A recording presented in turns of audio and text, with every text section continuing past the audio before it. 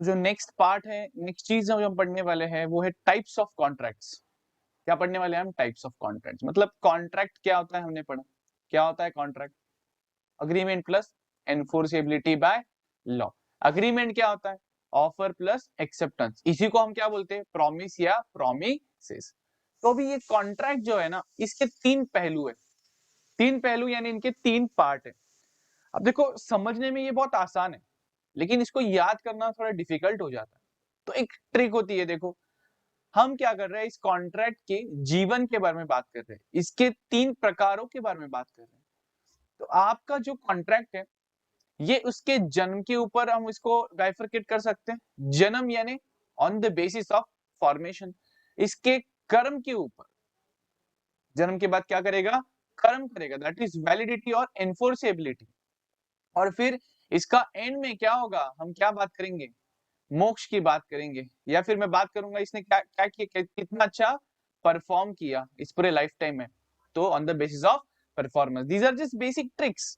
जन्म, कर्म, मुक्ति। तो कॉन्ट्रैक्ट के टाइप्स अगर हमको याद करने हैं तो इनके सबसे मेन हेडिंग्स बनेंगे तीन।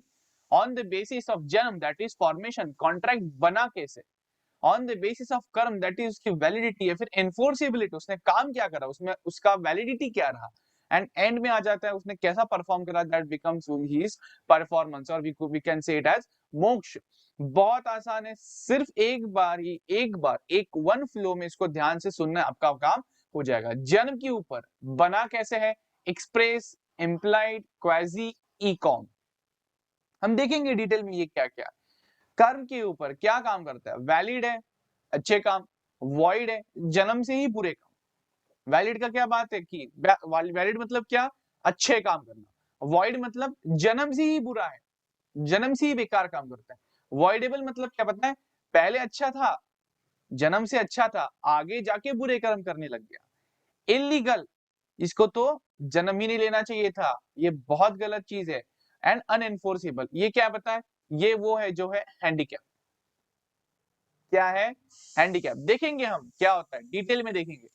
तो यही शॉर्टकट के थ्रू अगर हम चलेंगे तो आपको हमेशा के लिए याद रह जाएगा। On the basis of validity मतलब कर्म। लेकिन इसको हम बाद में देखेंगे, सबसे पहले हम देखेंगे जन्म के ऊपर। जन्म यानी फॉर्मेशन के ऊपर। चलिए, तो यहाँ पे आ जाता है on the basis of formation. यहाँ पे शॉर्टकट लिख सकते हो, कॉन्ट्रैक्ट के जन्म के ऊपर की बात कर रहे हैं। जन्म मतलब ये बना कैसे? सबसे पहले एक्सप्रेस। एक्सप्रेस यानी क्या? कहना, बताना। हम कहते हैं ना, जो भी तुम्हारी फीलिंग्स है उसको एक्सप्रेस किया करो। तो बेसिकली अगर कोई कॉन्ट्रैक्ट एक्सप्रेशन के थ्रू बना हो, मतलब किसी ने किसी को बोला भाई मुझे मेरी कार बेचनी है, और दूसरे ने बोला यस मैं खरीदूंगा इस प्राइस में, 1 लाख रुपीज में, तो इसको हम बोलते हैं एक्सप्रेस कॉन्ट्रैक्ट। अभी कुछ रहते हैं जिसमें हम बातें नहीं करते एक दूसरे से, हम बोलते नहीं कि भाई मुझे कार बेचनी है, आपको कार खरीदनी है क्या। इसका एक क्लासिक एग्जांपल क्या हो जाता है पता है? अभी आप होटल में जाते हो, होटल में जाते हो, होटल में जाने के बाद जब वो वेटर आता है, वो आपको ये नहीं बोलता सर हमारे पास हम खाना बेचते हैं, आपको खाना खाना है क्या वगैरह, नहीं। वो सीधा आपको मेन्यू कार्ड ला के देगा। क्या आपने, उसने आपको कुछ ऑफर दिया क्या कि सर आपको खाना खाना है, हमने, और हमने कुछ एक्सेप्टेंस किया? नहीं। It was an action without expression. Detail में देखेंगे नीचे, सबसे पहले बोलता है एक्सप्रेस मतलब कह के, बोल के, बता के, लिख के। वर्ड्स या तो हम किसी को बातों में, मुंह से बात करके बताएंगे। हमने देखा कॉन्ट्रैक्ट लिखित में होना जरूरी नहीं है, लेकिन अगर वो लिखित में है तो किसके हित में होता है? पार्टीज के हित में होता है। वैसे ही कॉन्ट्रैक्ट राइटिंग में या फिर लिखित में या फिर बातों से, वर्ड्स के थ्रू, वर्ड ऑफ माउथ के थ्रू बात करके एक दूसरे को पता हो कि किया हो, उसे कहा जाता है एक्सप्रेस कॉन्ट्रैक्ट। अब आपको लिखना कितना है? Contract would be N express contract if इसके जो टर्म्स है, जिस कॉन्ट्रैक्ट टर्म्स क्या होता है, ये अपना पेपर है, जर्नल रजिस्टर का पेपर नहीं, स्टैम्प पेपर। स्टैम्प पेपर पे जो भी हम कॉन्ट्रैक्ट के टर्म्स लिखेंगे, जो भी चीजें लिखेंगे उसको कहा जाता है टर्म्स। ये टर्म्स या तो वर्ड्स में बताई गई या फिर राइटिंग में बताई गई। और जैसे एग्जांपल देख लीजिए, ए ने बी को टेलीफोन पे बोला कि भाई वो उसका घर बेचना चाहता है 2 लाख में। बी ने रिप्लाई करा कि हाँ भाई मैं ये ऑफर आपकी एक्सेप्ट करता हूं, मैं खरीदना चाहता हूं 2 लाख में ये घर। तो इसको हम एक्सप्रेस कॉन्ट्रैक्ट बोलेंगे। लिखा नहीं, बातें करी, वर्ड्स में बातें करी। फिर भी चलेगा, क्योंकि दोनों को पता है एक दूसरे को, इन्होंने ये चीज बताई, ठीक है। इसको हम कहते हैं एक्सप्रेस कॉन्ट्रैक्ट। यहां पे वो कहता है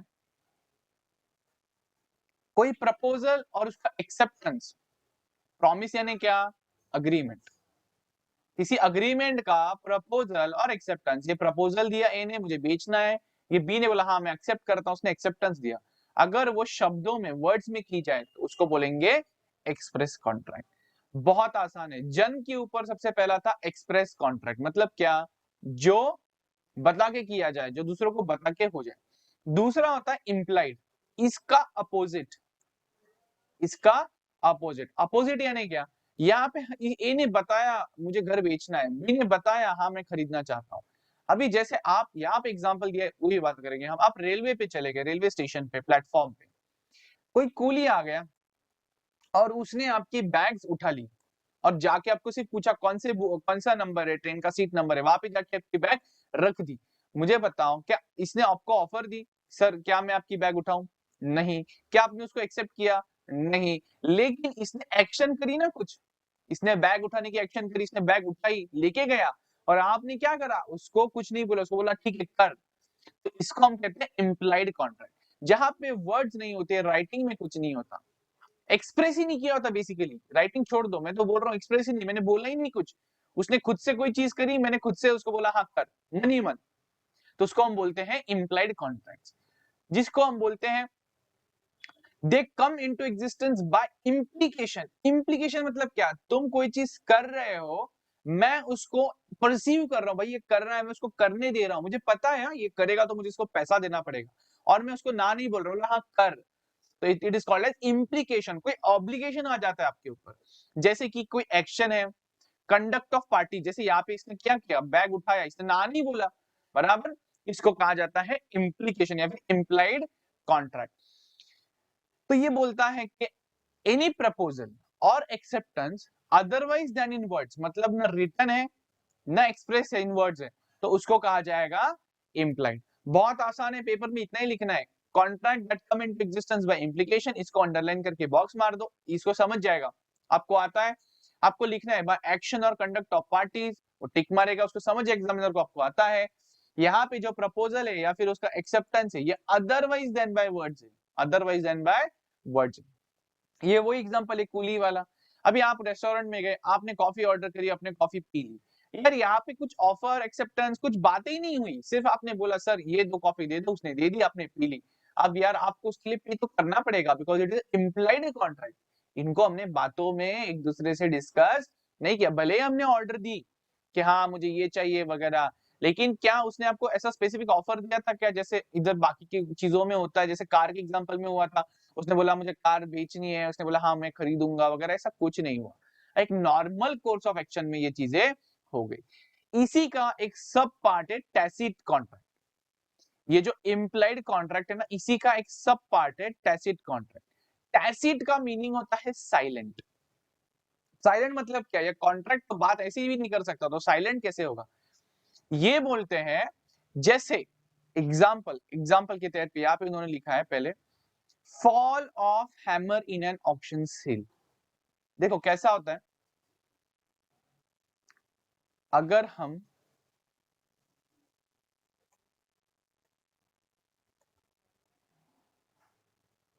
डिटेल में देखते हैं, चलो इसको, टैसिट कॉन्ट्रैक्ट याद रह जाएगा। टैसिट का मतलब होता है साइलेंट। देखो तारक मेहता देखे हो, उसमें ये चीज हुई थी एक बार, चंदानी का फ्लैट कोई तो, ठीक है। क्या होता है, मान लो मुझे मेरा फ्लैट बेचना है, सेल करना है, ओके। अब प्रॉब्लम ऐसा है, मुझे मार्केट प्राइस में ना मतलब मुझे ऐसा ऐसा किसी एक सिंगल बंदे को नहीं बेचना है, मैं चाहता हूं कि बहुत लोग आके खरीदे। मान लो ये कोई एंशियंट एंशियंट जगह पे है, ऐसी जगह है जिसको खरीदने के लिए बहुत लोग इंटरेस्टेड है। तो मैं क्या करूंगा, मैं एक एक एड दे दूंगा, भाई मुझे मेरा फ्लैट बेचना है, जिनको आना है ना ऑक्शन सेल में आ जाओ। यहाँ पे लोग बैठे रहेंगे ऐसे सब, जिन ये होते हैं उनको, जिनको खरीदना है। ये बोलेगा 1 लाख में खरीदूंगा, ये बोलेगा 1.5 लाख में, ये बोलूंगा नहीं 2 लाख, ये बोलेगा 3 लाख, ये बोलेगा 4 लाख। मान लो इसने बोला 4.5 लाख और इसके ऊपर किसी ने भी कुछ नहीं बोला, तो यहाँ पे ना एक है ना ऑक्शनर बैठा रहेगा। ये क्या करेगा पता है, इसके हाथ में एक हैमर होगा, हैमर, थोड़ा खराब ड्राइंग है मेरा, ये हैमर, यहाँ पे एक बेस रहेगा, इसके ऊपर ये इसको बोलेगा 4 लाख, 4.5 लाख 1, 4.5 लाख 2, 4.5 लाख 3, और 3 बार हैमर को इस पे पुश करेगा, मतलब ये करेगा, बीट करेगा। और जैसे थर्ड फॉल हो जाता है, ये इसको बेच बिक गया होता है। अभी ये बंदा बोल नहीं सकता मैं नहीं खरीदूंगा, ना ही ये बंदा बोल सकता है मैं नहीं बेचूंगा। यहाँ पे क्या मैंने इसको ऑफर दी सर 4.5 लाख में खरीदोगे क्या? नहीं। क्या इसने एक्सेप्ट किया मैं 4.5 लाख में खरीदता हूँ? नहीं। ये एक टैसिट, एक साइलेंट, एक कंडक्ट से हुआ। कंडक्ट क्या था? इसने बोली लगाई, इसने 3 बार हैमर को फॉल किया एंड इस कंडक्ट से हो गया कॉन्ट्रैक्ट। देखो कितना, कितनी गहरी बात है, समझ रहे हो? एक फॉल ऑफ हैमर से बन गया कॉन्ट्रैक्ट। सेम केस हो जाती है, अभी आप आईपीएल तो सब लोग देखते हैं, इंडियन प्रीमियर लीग, इसमें भी क्या होता है, मान लो विराट कोहली एग्जांपल की, अभी ये प्लेयर आ गए ऑक्शन पे, ऑक्शन पे आ गया तो अलग अलग टीम होंगी, मुंबई, सीएसके, राजस्थान, आरसीबी, बराबर। तो ये सारी टीम्स क्या करेंगे पता है, बोली लगाई, बोलेंगे मुंबई बोलेगी 4 करोड़, सीएसके बोलेगा 5 करोड़, राजस्थान बोलेगा 5.5 करोड़, आरसीबी ने बोल दिया मान लो 6.5 करोड़। अब सबसे हाईएस्ट इसका है, ये ऑक्शनर जो रहेगा ना इधर एक बैठा हुआ, वो हैमर को 3 बार इसके ऊपर पीटेगा, 6.51, 6.52, 6.53, एंड जैसे थर्ड फॉल हो जाएगा, थर्ड फॉल हो जाएगा, आरसीबी इस ये प्लेयर को क्या करेगा, अपने टीम में इन कर लेगा। अभी अगर उन्होंने पेमेंट करने के लिए ना कहा, इफ दे से कि नहीं हम नहीं पे करेंगे, हमने तो ऐसे ही बोल दिया, तो ऐसा नहीं होगा। फिर क्या करेंगे, हम इसको लेके जाएंगे कोर्ट में, कोर्ट जज बोलेगा बता किस तरीके का कॉन्ट्रैक्ट था, हम बोलेंगे सर टैसिट था, जैसा था टैसिट था, वो बोलेगा नहीं है आपको 6.5 देने तो पड़ेंगे, नहीं दे सकते हो तो क्या करो, इसको, इसका जो लॉस हुआ आपकी वजह से उसके ऊपर इंटरेस्ट दे दो, इसको डैमेजेस दे दो, देखेंगे आप भी, तो भी फाउंडेशन में है नहीं ये सब चीजें, लेकिन इधर तक है। तो टैसिट मतलब क्या, conduct of parties, action of party से चीजें हो जाना, और उसको हम लिटरल मीनिंग उसका होता है साइलेंट। तो इम्प्लाइड का एक पार्ट है ना, इम्प्लाइड का ही एक पार्ट है। तो देखो यहाँ पे क्या कहते हैं वो लोग, वो कहते हैं कि साइलेंट होता है, ये इन्फर्ड, इन्फर्ड यानी क्या, अपने आप इसको परसीव करना, कोई बता नहीं रहा है अपने को, अपने आप परसीव करना है, किसी के कंडक्ट से हम इसको परसीव कर रहे, किसी के कंडक्ट से हम इसको समझ रहे, विदाउट एनी वर्ड स्पोकन और रिटन। जैसे कैश विड्रॉ करते हो आप एटीएम मशीन से, मुझे बताओ क्या यहाँ पे कोई सेकंड पार्टी बैठी है बैंक जैसी कहने को कि सर आप हमारे एटीएम से पैसे निकाल रहे हो तो हम आपको चार्जेस लगाएंगे? कोई नहीं है भाई, लेकिन आप पैसे तो निकाल रहे हो ना, साइलेंट है सब चीजें, कोई वर्ड्स नहीं, कोई रिटर्न बातें नहीं, फिर भी आपको बैंक चार्जेस लगाएगी, बैंक आपको पैसा भी उसमें से डिसबर्स, मतलब जो डिस्पैच पैसा उसमें से करेगी। जैसे कि sale is given effect to the fall of hammer in an auction. Sale auction मतलब वही जहां पे हम बेचते हैं, एक ऑक्शनर को बुलाते हैं, 10-12 पार्टियां आती है, सब अपनी अपनी बोली लगाती है। ये कोई सेपरेट फॉर्म नहीं है कॉन्ट्रैक्ट का, ये सिर्फ इम्प्लाइड कॉन्ट्रैक्ट का एक सब पार्ट है। क्या है? एक सब पार्ट। क्लियर है सबको? क्लियर है? आगे आगे बढ़ेंगे, नेक्स्ट आ जाता है क्वाजी कॉन्ट्रैक्ट। क्वासी कॉन्ट्रैक्ट या फिर क्वाजी कॉन्ट्रैक्ट क्या होता है पता है? ये कोई एक्चुअल कॉन्ट्रैक्ट नहीं होता, बस एक कॉन्ट्रैक्ट को रिसेंबल करता है। भाई ये क्या बोल रहे हो सर, ये क्या बोल रहे हो? जैसे एग्जाम्पल, एग्जाम्पल देखो क्या होता है, एक एक्स नाम का बंदा है, ये रास्ते से जाते हुए इसको कुछ गुड्स मिले या फिर कोई कैश मिली जो किसी की गुम हो गई थी, लॉस थी, इसको वो मिली, ही फाउंड इट। अब यार इसमें दो तरीके के लोग होंगे, एक खुद यूज कर लेंगे, एक ढूंढेंगे, रीजनेबल कोशिश करेंगे, कुछ नहीं होता है तो पुलिस स्टेशन को दे देंगे कि भाई सर हमको ये मिला है और ये हमारा नहीं है। देखो ये तुम नहीं कर सकते, क्यों? एक चीज होती है जो बोलती है कॉजी कॉन्ट्रैक्ट करके, ये बोलती है भले ही तुमको किसी ने बोला नहीं है, कि मेरे खोए गुड्स मुझे लाके दे, और भले ही तुमने वो चीज एक्सेप्ट नहीं की है, लेकिन अगर तुमको किसी और की चीज मिल जाती है तो तुम उसको यूज मत करना, उसको लौटा देना। ये कॉजी कॉन्ट्रैक्ट बोलता है कि ये इस तरीके का कॉन्ट्रैक्ट, ये कोई कॉन्ट्रैक्ट नहीं है guys, this is not a contract. ये देख के, ये पूरी कंडीशन देख के भी समझता है ना, इसमें क्या कॉन्ट्रैक्ट है, ये कॉन्ट्रैक्ट नहीं है, ये कॉन्ट्रैक्ट जैसा है, इट रिसेंबल्स अ कॉन्ट्रैक्ट। इसके ऊपर एक ऑब्लिगेशन था कि इसको चुपचाप ये गुड्स वापस देने हैं। अब आप बोलोगे सर नहीं दिया तो क्या, नहीं दिया इसने, यूज कर लिया तो क्या होगा, देखो भाई फिर क्या होगा। ये जो बी है इसके ये गुड्स हैं, ये जाएगा कोर्ट में, सर मेरी कैश और मेरे गुड्स गुम हो गए। कोर्ट पुलिस को बोलेगा ढूंढो, किसने लिए, पुलिस ने ढूंढना बोला सर एक्स ने लिए। अब एक्स बोलेगा सर मैंने तो यूज कर लिया, तो एक्स को कोर्ट क्या बोलेगा पता है, भाई ये तेरी ड्यूटी थी कि तू वापस दे दे, अब इसको सारा का सारा मनी प्लस जितने दिन तूने यूज किया उसका इंटरेस्ट भी वापस दे दे। देखो आ गया कि नहीं एनफोर्सेबिलिटी बाय लॉ, कोर्ट ने बोला कि नहीं। इसीलिए कॉजी कॉन्ट्रैक्ट को हम कॉन्ट्रैक्ट के जैसा बोलते, कॉन्ट्रैक्ट नहीं बोलते, क्योंकि इसमें कोई फॉर्मल ऑफर नहीं होता, फॉर्मल एक्सेप्टेंस नहीं होता, फॉर्मल अग्रीमेंट नहीं होती, लेकिन एनफोर्सेबिलिटी होती है, और इसको हम कॉन्ट्रैक्ट की तरह मानते हैं, that is it resembles a contract, it is not actually a contract. याद रहेगा, देखो क्या बोलते हैं ये लोग, यहाँ पे उन्होंने डिटेल में एक्सप्लेन किया। ये कहते हैं कॉजी कॉन्ट्रैक्ट कोई एक्चुअल कॉन्ट्रैक्ट नहीं होता, बट रिसेंबल करता है किसी कॉन्ट्रैक्ट को। क्या मैंने क्या बोला, आपको जज फोर्स करेगा, दैट इज ये create and enforces legal rights even when no real contract exist. उस केस में कॉन्ट्रैक्ट था भी नहीं कोई, लेकिन फिर भी लॉ ने लीगल राइट्स एनफोर्स किए, उसको बोला पैसा वापस दे, प्लस तूने यूज किया ना गलती से, इसके ऊपर का इंटरेस्ट भी दे, देखो फाइन भी लगाएंगे हम लोग, चोरी की चीज यूज करी तुमने। ऐसे ऑब्लिगेशंस को, जो ऑब्लिगेशन ये चोर मिस्टर एक्स पे था कि आपको ये चीज इसको वापस लौटानी है, ये सेकेंड वाला, नहीं लौटाओगे तो हम आपको मनी इंटरेस्ट फाइन सब लगाएंगे, इस ऑब्लिगेशन को कहते हैं क्वाजी कॉन्ट्रैक्ट्स।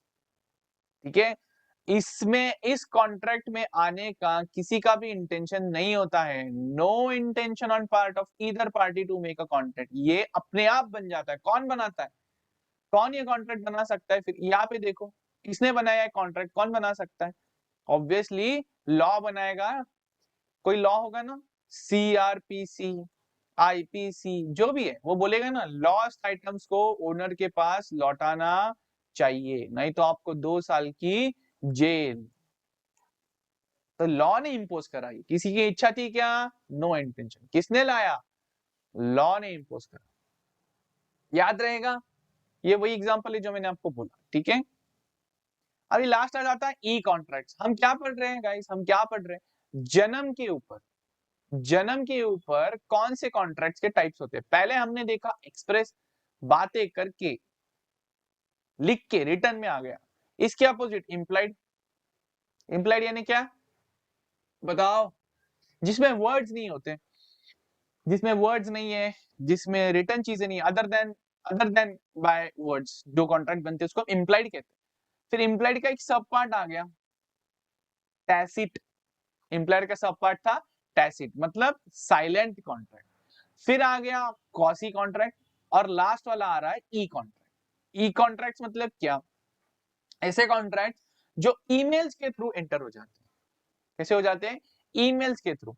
जैसे इसका एग्जांपल बताता हूं मैं, देखो क्या होता है, मान लो गवर्नमेंट ने एक टेंडर निकाला, क्या निकाला, एक टेंडर। टेंडर यानी बेसिकली एक इनविटेशन होता है कि जितने भी कॉन्ट्रैक्टर लोग, हमको एक रोड बनाना है, आप आके क्या करो, हमको बिड दो। हम सोचते हैं इसका खर्चा होगा 2 करोड़, जो सबसे लोएस्ट बिड करेगा उसको ये टेंडर हम दे देंगे। अभी क्या होगा, सब लोग, एग्जाम्पल ये ईमेल आईडी दिया है इन्होंने, ईमेल आईडी पे इनको कोटेशन भेजना है। क्या भेजना है, कोटेशन। कोटेशन यानी क्या, एक डॉक्यूमेंट के ऊपर लिख के भेजते भाई इतना इतना इतना इतना खर्चा होगा ये जो प्रपोज रोड है उसके लिए। अब जब ये लोग सब भेजेंगे इसको ईमेल पे, तो इसमें से जिसका सबसे लोएस्ट कॉस्ट रहेगा, लोएस्ट कॉस्ट और हाईएस्ट क्वालिटी, ऑब्वियसली क्वालिटी तो देखेंगे ना, तो लोएस्ट कॉस्ट और हाईएस्ट क्वालिटी वाला जो कोटेशन रहेगा उसको ये रिप्लाई करेंगे।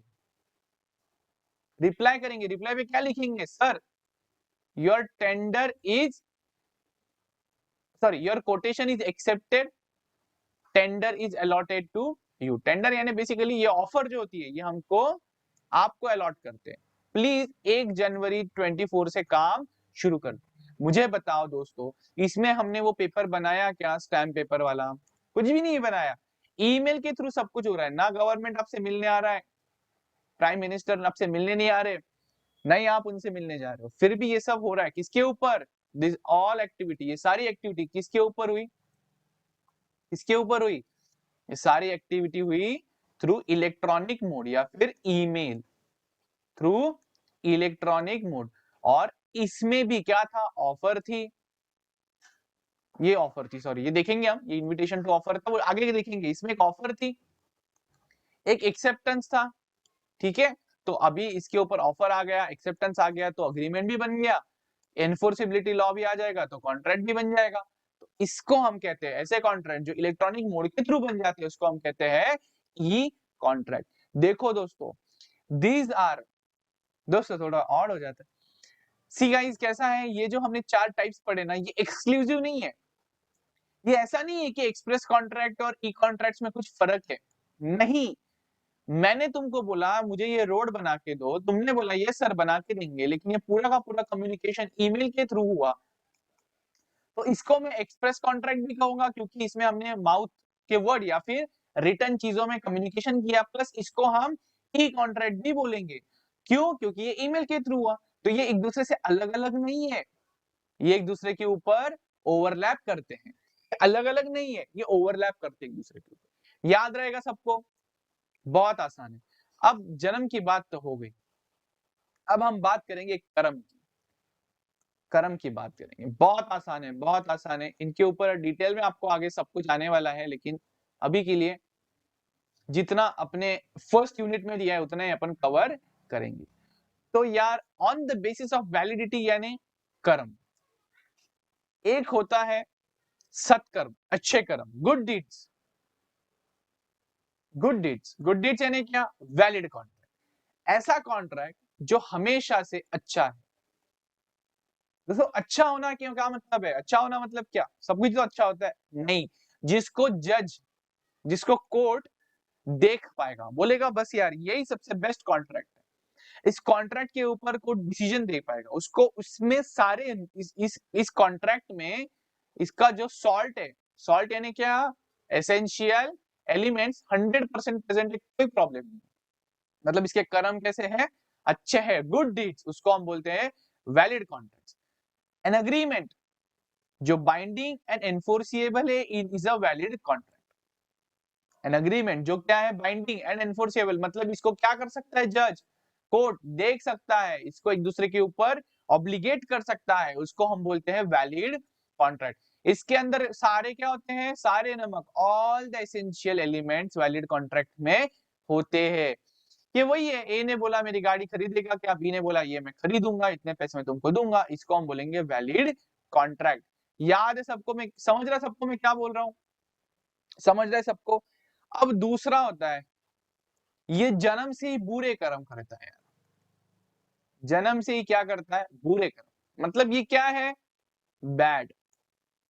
अभी इसका मतलब क्या हुआ, बैड मतलब क्या, जज को, कोर्ट को ये कॉन्ट्रैक्ट दिखेगा ही नहीं, वो बोलेंगे ये क्या लिखा है इसमें, हमको दिखेगा ही नहीं ये कॉन्ट्रैक्ट, क्योंकि ये क्या है, वॉइड है। आगे बहुत डिटेल में है ये चीजें, लेकिन अभी समझ लो वॉइड है। वॉइड मतलब क्या, एक contract which ceases to be enforceable by law becomes void when it ceases to be enforceable।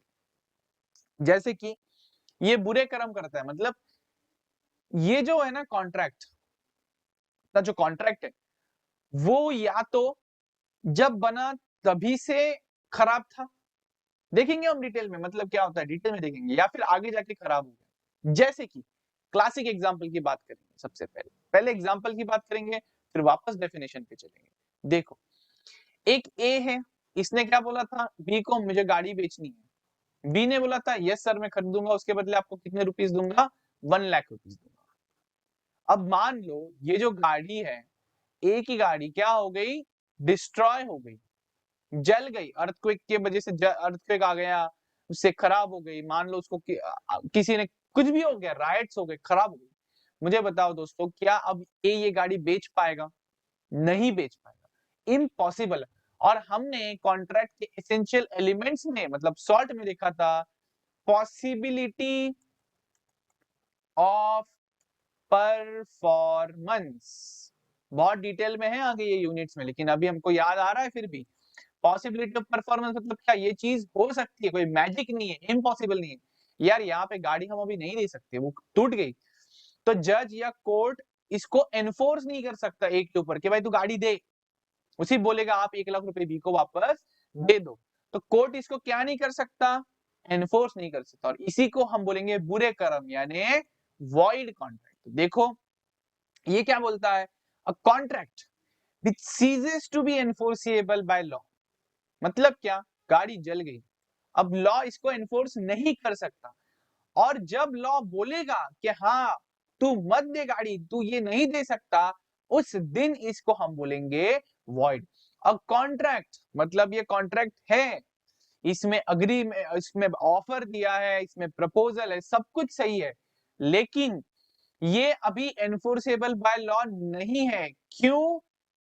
क्योंकि ये क्या है, वॉइड है, इसका परफॉर्मेंस इम्पॉसिबल है। या मे बी हम देखेंगे बहुत इसमें पार्ट रहते हैं कि क्यों ये वॉइड हो जाता है, लेकिन ये क्या है, क्या है ये, it is not enforceable by law.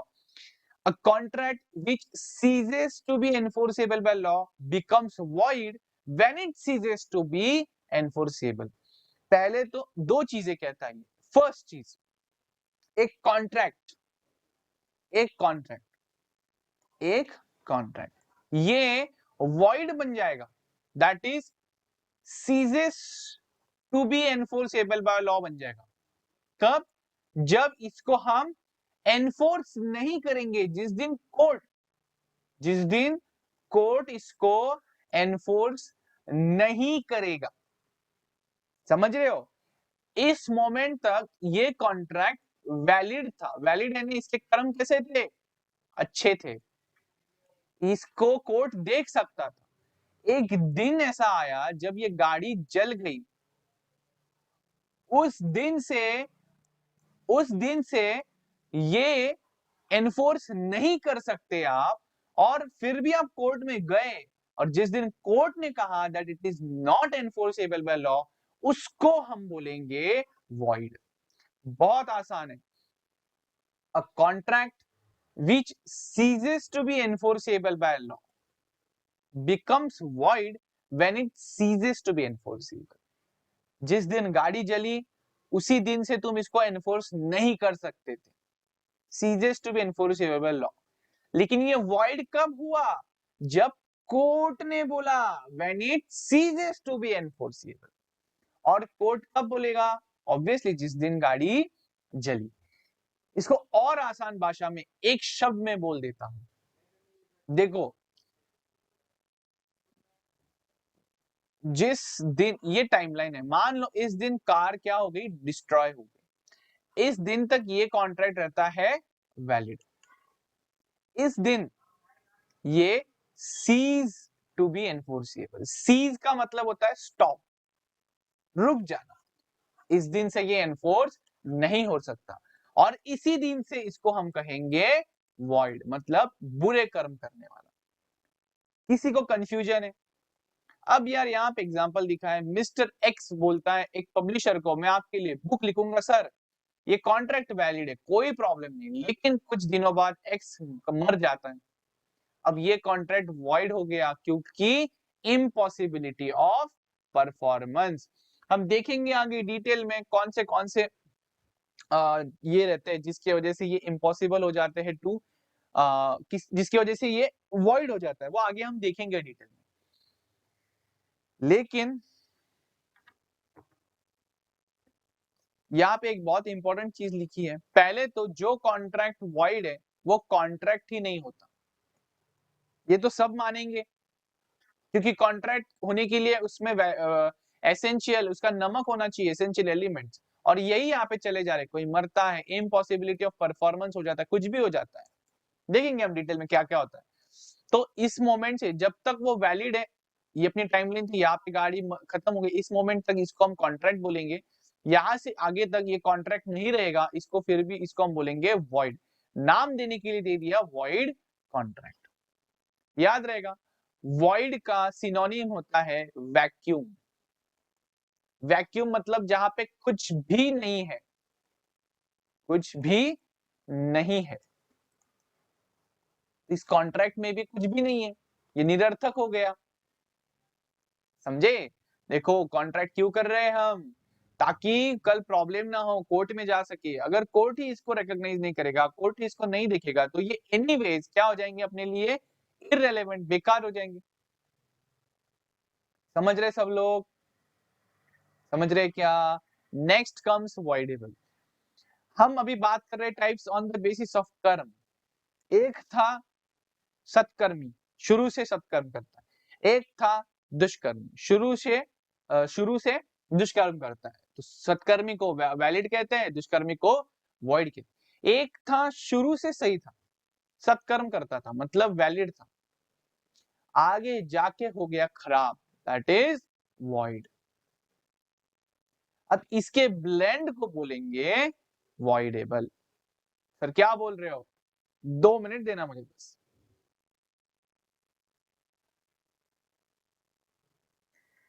एक मिस्टर ए है, इसने इसके पास इसकी एक लैंड, एक है ना गुंडा है, गुंडा, गुंडा यानी डॉन, मवाली, इसने इसको क्या करा, धमकी दिया, भाई ये लैंड मुझे 2 करोड़ रुपीस में बेच। इसने बहुत रेजिस्ट किया, इसने इसके सर पे रख दी बंदूक, बंदूक रख दी, बोला साइन कर कॉन्ट्रैक्ट पे, सेल कर मुझे ये लैंड। तो उस वजह से उसने साइन कर दी, डर के मारे।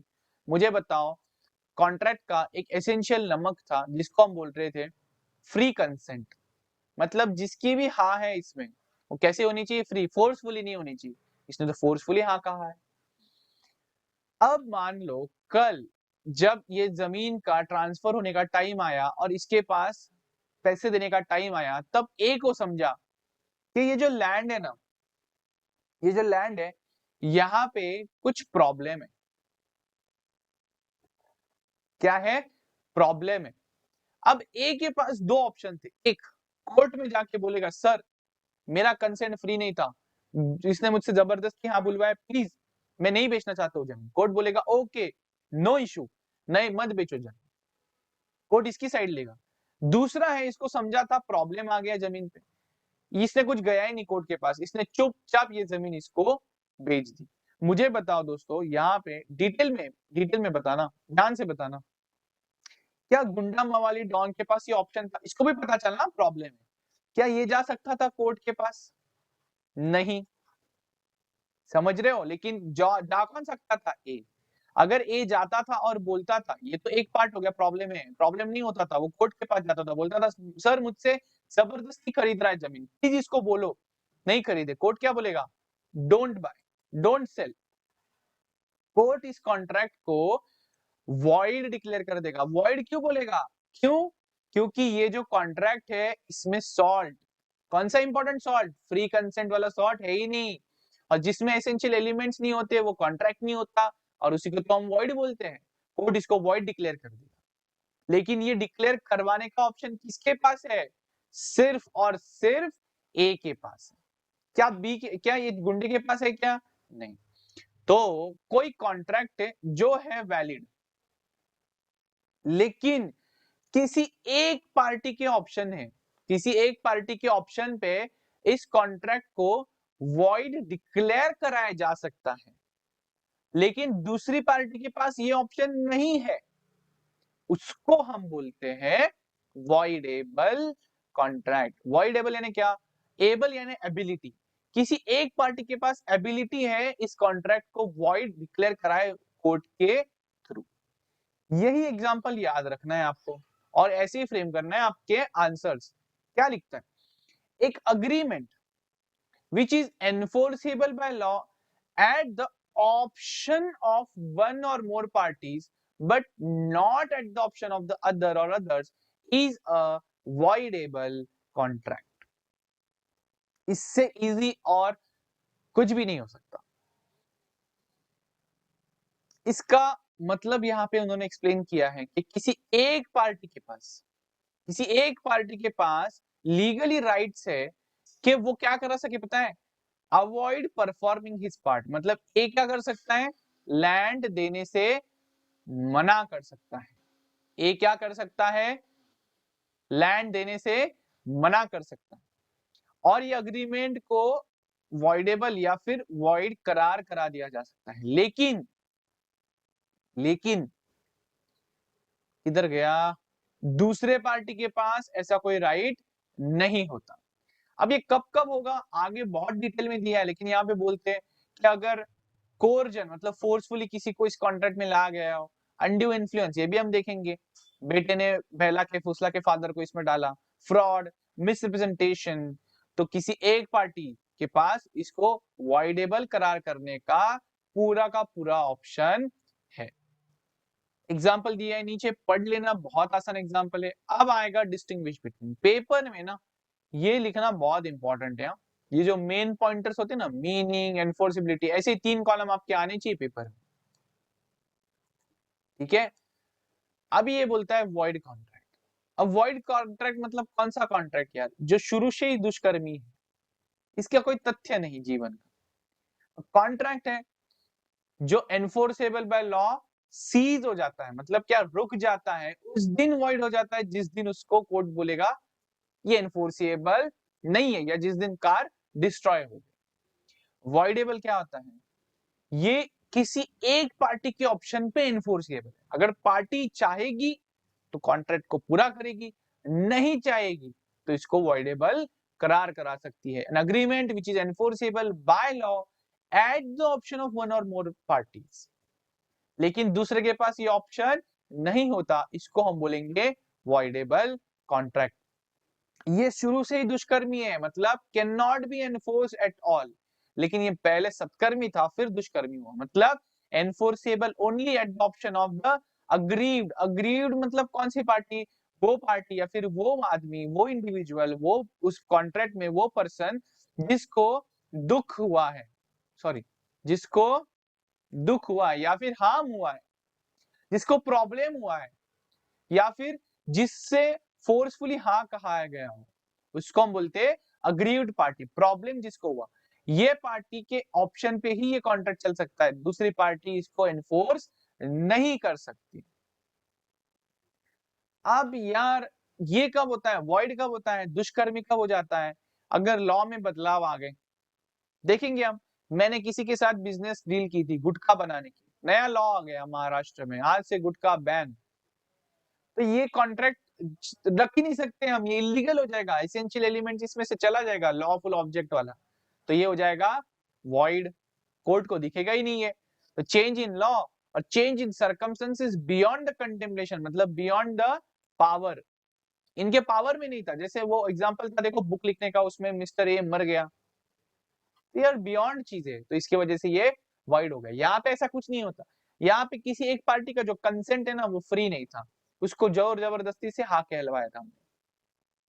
वॉइड कॉन्ट्रैक्ट्स कभी भी परफॉर्म नहीं हो सकता, वो पहले से ही दुष्कर्मी है, इसको हम परफॉर्म कर सकते हैं, लेकिन इसको हम क्या बोल सकते हैं, इसको रोक भी सकते हैं विद इन रीजनेबल टाइम। कौन, अग्रीव्ड पार्टी। अगर ये कोर्ट के पास जाके बोलेगा सर ये मेरे मन से नहीं हुआ है, तो वो इसको रोक भी सकता है।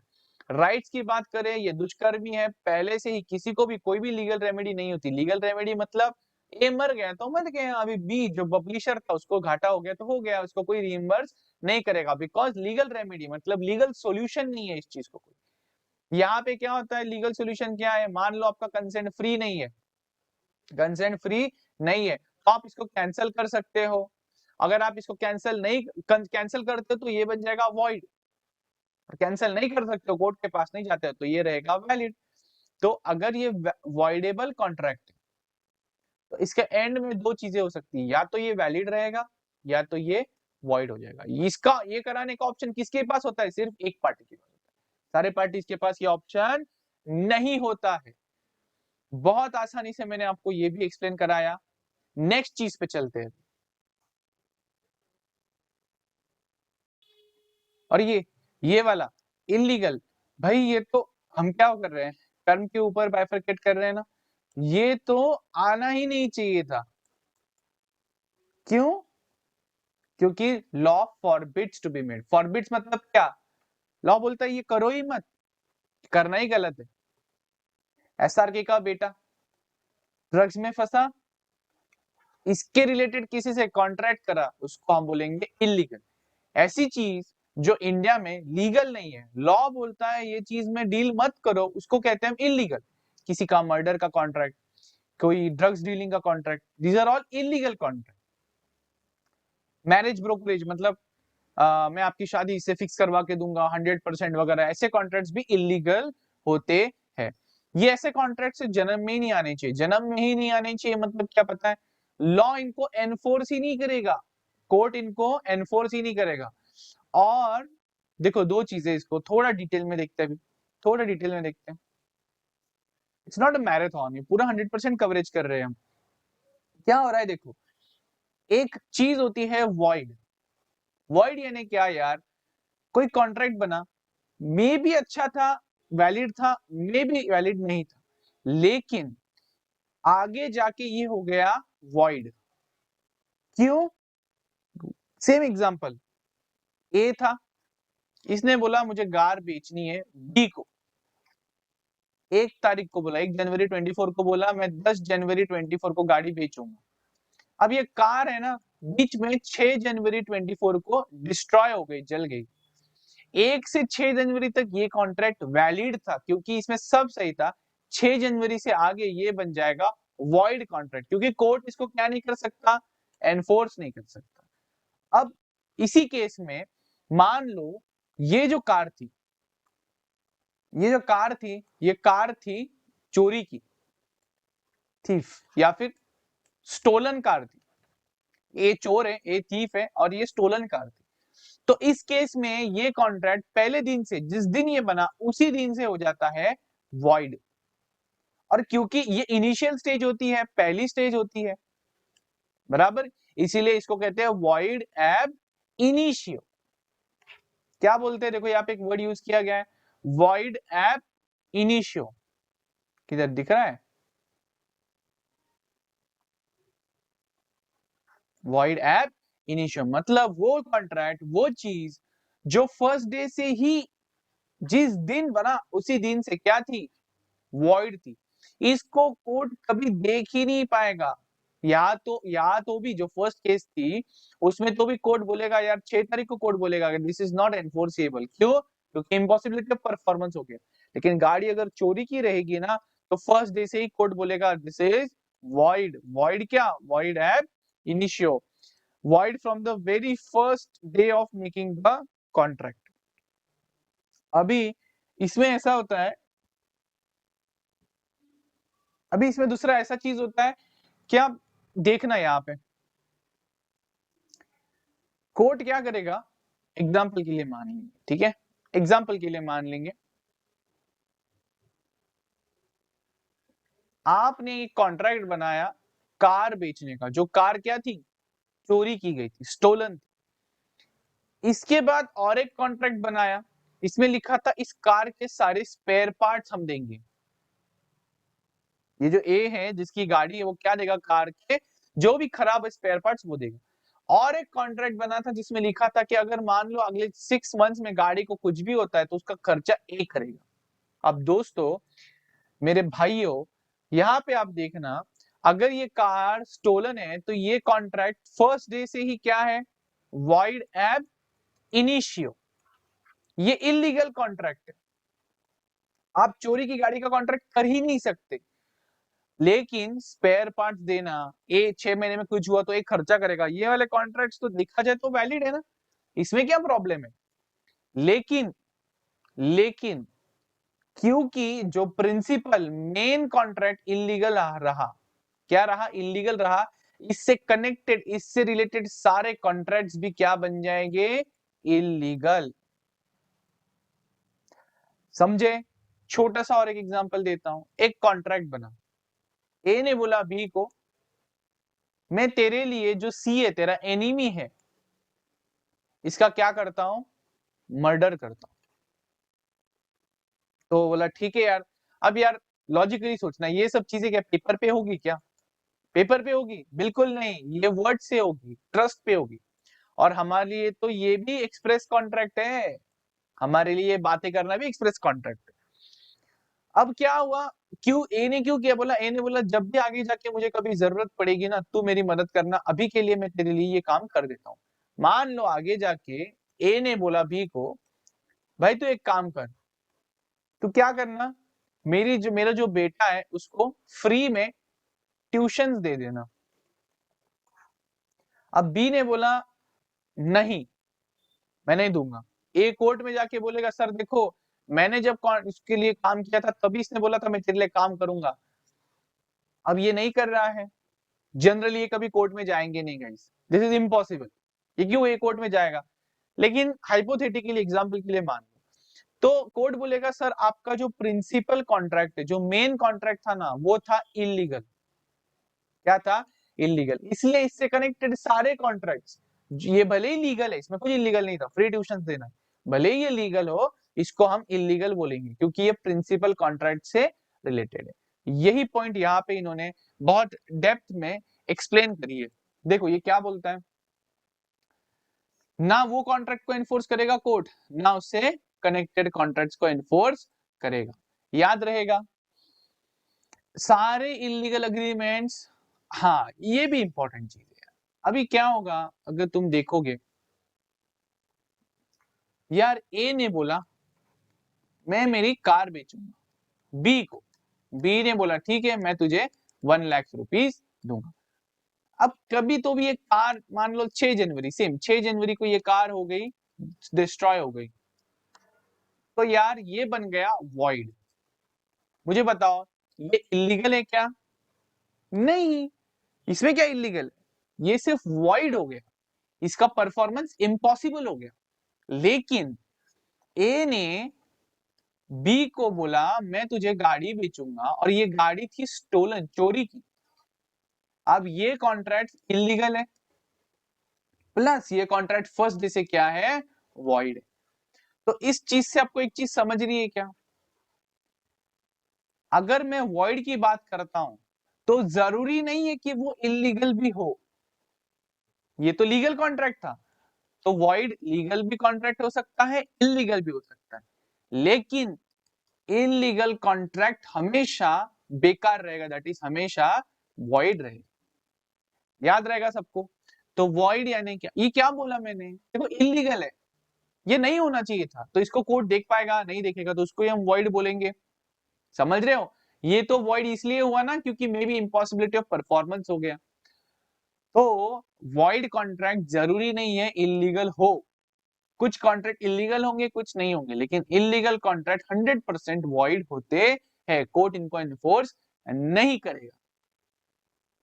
तो देखो यार यहाँ पे वही कह रखा है, इलीगल अग्रीमेंट्स आर वॉइड, लेकिन सारे वॉइड अग्रीमेंट्स इलीगल नहीं। अब किसी बच्चे को क्वेश्चन आना जरूर चाहिए, सर यहाँ पे अग्रीमेंट वर्ड क्यों यूज करा है, यहाँ पे कॉन्ट्रैक्ट वर्ड क्यों नहीं यूज करा। दोस्तों कॉन्ट्रैक्ट होने के लिए अग्रीमेंट को लीगली एनफोर्स होना पड़ता है, यहाँ पे एनफोर्सिबिलिटी नहीं है, इसीलिए हम इसको सिर्फ अग्रीमेंट कहेंगे।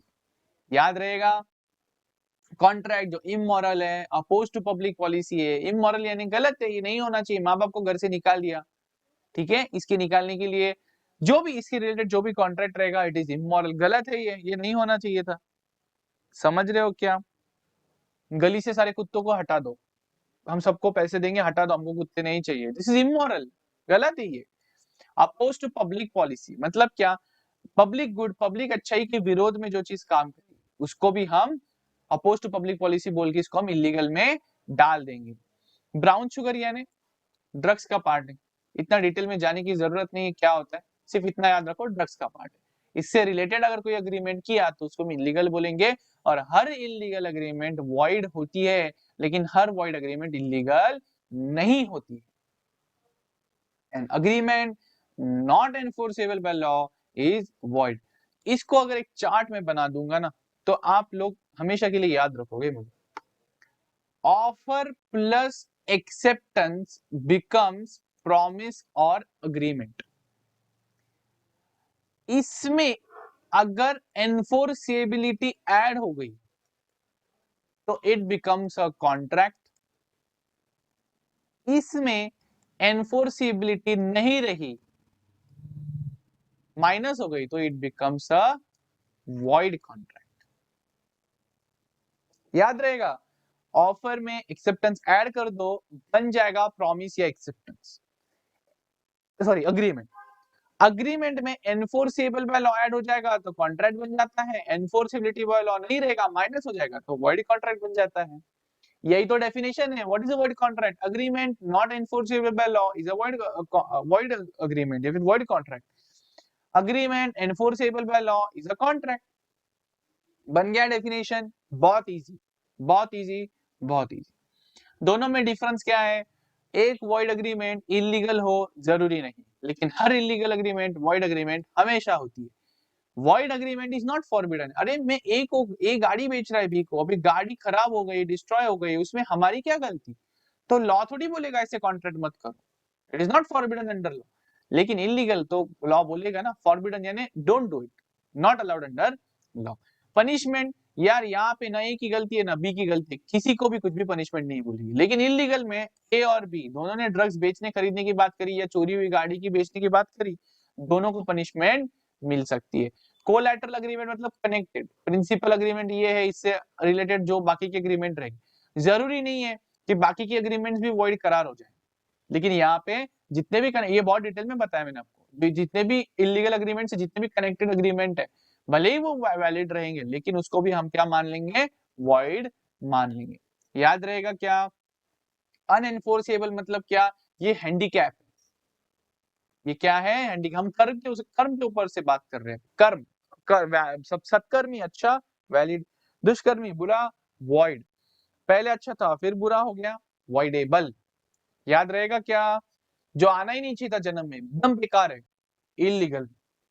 और लास्ट आ जाता है अनएनफोर्सिएबल। क्या आ जाता है? अनएनफोर्सिएबल। अनएनफोर्सिएबल मतलब क्या? हैंडीकैप। हैंडीकैप मतलब इसको हाथ नहीं पैर नहीं ऐसा कुछ तो है। मतलब क्या? कॉन्ट्रैक्ट अच्छा है भाई, बंदा बहुत अच्छा है, गुड इन सब्सटेंस। सब्सटेंस यानी एक होता है सब्सटेंस, एक होता है फॉर्म।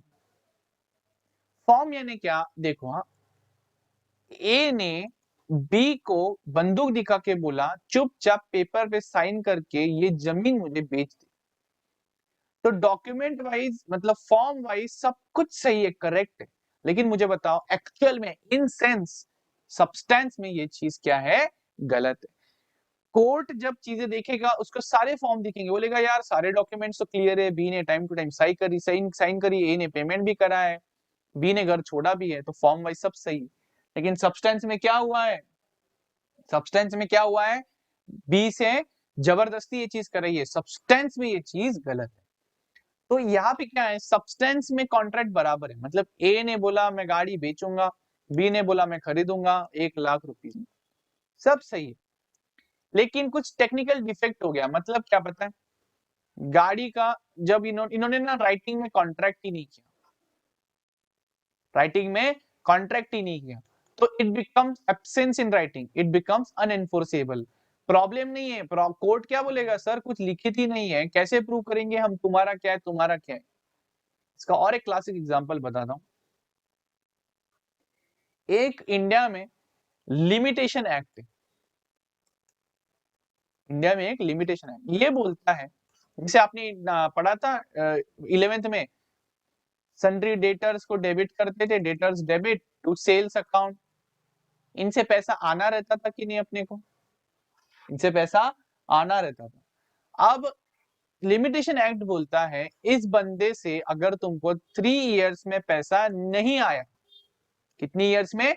3 इयर्स में, और आप 3 साल के अंदर कोर्ट में भी नहीं गए इनके अगेंस्ट, कहा नहीं गए?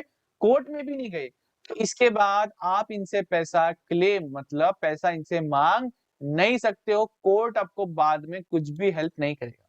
इसने खुद से दिए, वेरी गुड, कोई प्रॉब्लम नहीं, लेकिन आप अभी कोर्ट के पास नहीं जा सकते। 3 साल सफिशिएंट टाइम, और क्योंकि अभी 3 साल तक ना इसने पैसे दिए नहीं दिए, ना आप कोर्ट में गए, तो ये हो गया क्लेम नहीं कर सकते, आप कोर्ट में नहीं जा सकते। इसको बोलते हैं डीबार, या फिर बोलते हैं बार्ड बाय लिमिटेशन, मतलब आप पैसे नहीं ला सकते। अब देखो यार, सब्सटेंस में कुछ गलत है क्या यार? नहीं यार, सेल्स करा है, लीगल है, सब सब प्रॉब्लम में कुछ नहीं, लेकिन क्या हुआ, ये लिमिटेशन एक्ट से डिबार हो गया, अभी आप इसको एनफोर्स नहीं कर सकते, और ये बन जाएगा अनएनफोर्सेबल, बार्ड बाय लिमिटेशन। एग्जाम्पल दिया है, पढ़ लेना, वही है जो मैं आपको बोल रहा हूँ, 3 इयर्स, याद रहेगा। तो अनएनफोर्सेबल में आपको इतना ही लिखना है, contract good in substance but technical defect. ये मैंने बताया ना आपको, what is substance, what is form, तो फॉर्म सब फॉर्म में गलती है, सब्सटेंस एकदम सही है। नेक्स्ट चलेंगे, हमने देख लिए जन्म के ऊपर, हमने देख लिए कर्म के ऊपर, अभी हम देखेंगे मुक्ति, मोक्ष, परफॉर्मेंस के ऊपर। एक है आपने आपके जीवन में सब कुछ कर दिया, उसको हम बोलेंगे एग्जीक्यूटेड। ए ने बोला कार दूंगा, इसने डिलीवर कर दी कार बी को। बी ने बोला पैसा दूंगा, इसने 1 लाख रुपीज इसको एनईएफटी भी कर दिए। दोनों ने अपने अपने प्रॉमिस निभा दिए, कार भी डिलीवर हो गई, पैसा भी पहुंच गया, इसको बोलते हैं एग्जीक्यूटेड। एग्जीक्यूटेड मतलब क्या, जो भी कंसिडरेशन है, ए के लिए पैसा, बी के लिए कार, कॉन्ट्रैक्ट में दिया हुआ, जब ये एक्ट हो जाएगा, एग्जीक्यूट हो जाएगा, या फिर जो फॉरबियरेंस है, आप कोर्ट में मत जाओ, आपको 1 लाख रुपए देंगे, तो कोर्ट में नहीं जाना, जब ये चीज होगी और उसको पैसे दिए जाएंगे, इस कॉन्ट्रैक्ट को बोलेंगे एग्जीक्यूटेड कॉन्ट्रैक्ट। इस कॉन्ट्रैक्ट में इसको मुक्ति मिल गई, इसको क्या मिल गई? मुक्ति। ये नहीं बचा, इसमें कुछ भी करने लायक अभी नहीं बचा। लेकिन एग्जीक्यूटरी मतलब क्या, आपके कर्म अभी बाकी है, आपको मुक्ति नहीं मिली। ए ने कार डिलीवर कर दी, लेकिन बी ने पैसा अभी तक नहीं पे किया, किसी के एंड पे पैसा देना बाकी है। तो 2 चीजें हो सकती है ना, ए से भी कार देना बाकी है, बी से भी पैसा देना बाकी, सिर्फ कॉन्ट्रैक्ट हुआ है। तो जब दोनों से, दोनों को एक्ट करना बाकी है, दोनों का कंसिडरेशन देना बाकी है, उसको हम बोलेंगे बायलैटरल एग्जीक्यूटरी कॉन्ट्रैक्ट। क्या बोलेंगे? बायलैटरल एग्जीक्यूटरी कॉन्ट्रैक्ट, जहां पे ऑब्लिगेशन या प्रॉमिस दोनों पार्टीज के आउटस्टैंडिंग। मान लो ए ने कार दे दी, लेकिन बी ने पैसा अभी तक नहीं दिया, तो इसको हम बोलेंगे यूनिलैटरल, एक बंदे की तरफ से यूनिलैटरल एग्जीक्यूटरी कॉन्ट्रैक्ट, जिसमें वन पार्टी ने परफॉर्म कर रखा है और दूसरे पार्टी का अभी तक आउटस्टैंडिंग है, क्या? ऑब्लिगेशन, ड्यूटी, कंसिडरेशन, जो भी है। तो एग्जीक्यूटरी कॉन्ट्रैक्ट वो कॉन्ट्रैक्ट जहां पे consideration is in reciprocal promise और ऑब्लिगेशन। मतलब क्या बोलना चाहता है, मतलब क्या बोलना चाहता है? फ्यूचर में परफॉर्म करेंगे, अभी तक परफॉर्म हुआ नहीं है, ये जो कंसिडरेशन है ना, it is yet to be performed, और उसको कहेंगे हम एग्जीक्यूटरी कॉन्ट्रैक्ट। ये एग्जांपल पढ़ लेना, बहुत आसान है। एग्जीक्यूटरी के 2 पार्ट बने, दोनों ने नहीं किया बायलैटरल, दोनों ने नहीं किया यूनिलैटरल, एक ने नहीं किया यूनिलैटरल। याद रहेगा सबको। आगे चलते हैं प्रपोजल की तरफ। अब ये चीज क्या होती है, what is this proposal, what is this proposal offer, ये क्या बोलता है? देखो फिर से चार्ट से समझेंगे। ए ने कहा सर मुझे मेरी गाड़ी सेल करनी है, that is I want to do something, I want to sell something, to do something. या मान लो किसी कोर्ट केस हुआ, मान लो ए को बी ने एक्सीडेंट करवा दिया था, इसलिए बी ने कहा sir I will not go to court, that is, इसको बोलते हैं एब्सटेन। एब्सटेन मतलब नहीं करना, abstain from doing something. A ने क्या बोला सर, किसको, बी को, कि मैं मेरी गाड़ी बेचना चाहता हूं, that is to do something. या बोला I will not go to court, जिस वजह से आपने मुझे गाड़ी अपने मेरे नुकसान किया, मैं कोर्ट में नहीं जाऊंगा केस करने के लिए, that is abstain from doing something. इसके बदले आप मुझे क्या देना, कुछ रुपए देना। क्या देना, कुछ रुपए देना। तो ये जो ए ने करा ना, that is to do something और to abstain from doing something with view कि बी क्या करे, इस चीज को उसका एसेंट दे, उसको एक्सेप्ट करे, इसके बदले उसको रुपए दे के इसको क्या करे, एक्सेप्ट करे, असेंट करे इस चीज को। इस चीज को कहा जाता है प्रपोजल करना, प्रपोजल देना या फिर ऑफर देना। देखो ए ने क्या बोला, सर मैं गाड़ी बेचना चाहता हूं, सर मैं कोर्ट नहीं जाऊंगा, इसको कहते हैं ऑफर, इसको कहते हैं प्रपोजल। याद है, और इसके अगेंस्ट ये क्या चाहता है, इससे इसका एक्सेप्टेंस, इसका असेंट चाहता है ये।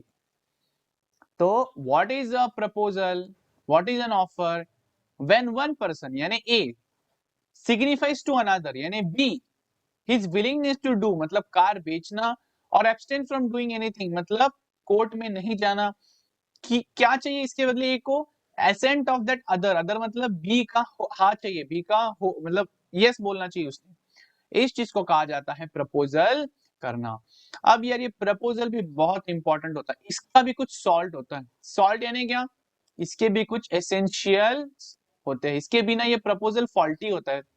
देखो आप समझ रहे हो, इसका गंभीरता समझो इस चीज की। आप जो कॉन्ट्रैक्ट एक्ट पढ़ रहे हो ये शुरू होता है प्रपोजल से, यही प्रपोजल बन जाता, एक्सेप्ट होता है, और यही चीज बन जाती है अग्रीमेंट। तो ये प्रपोजल इनिशियल स्टेज है, इसका इसके एसेंशियल एलिमेंट्स, इसका सही होना भी बहुत ज्यादा इंपॉर्टेंट है। तो कौन से पॉइंट इसमें कवर होते हैं, what are the essentials of a proposal, what are the essentials of a offer.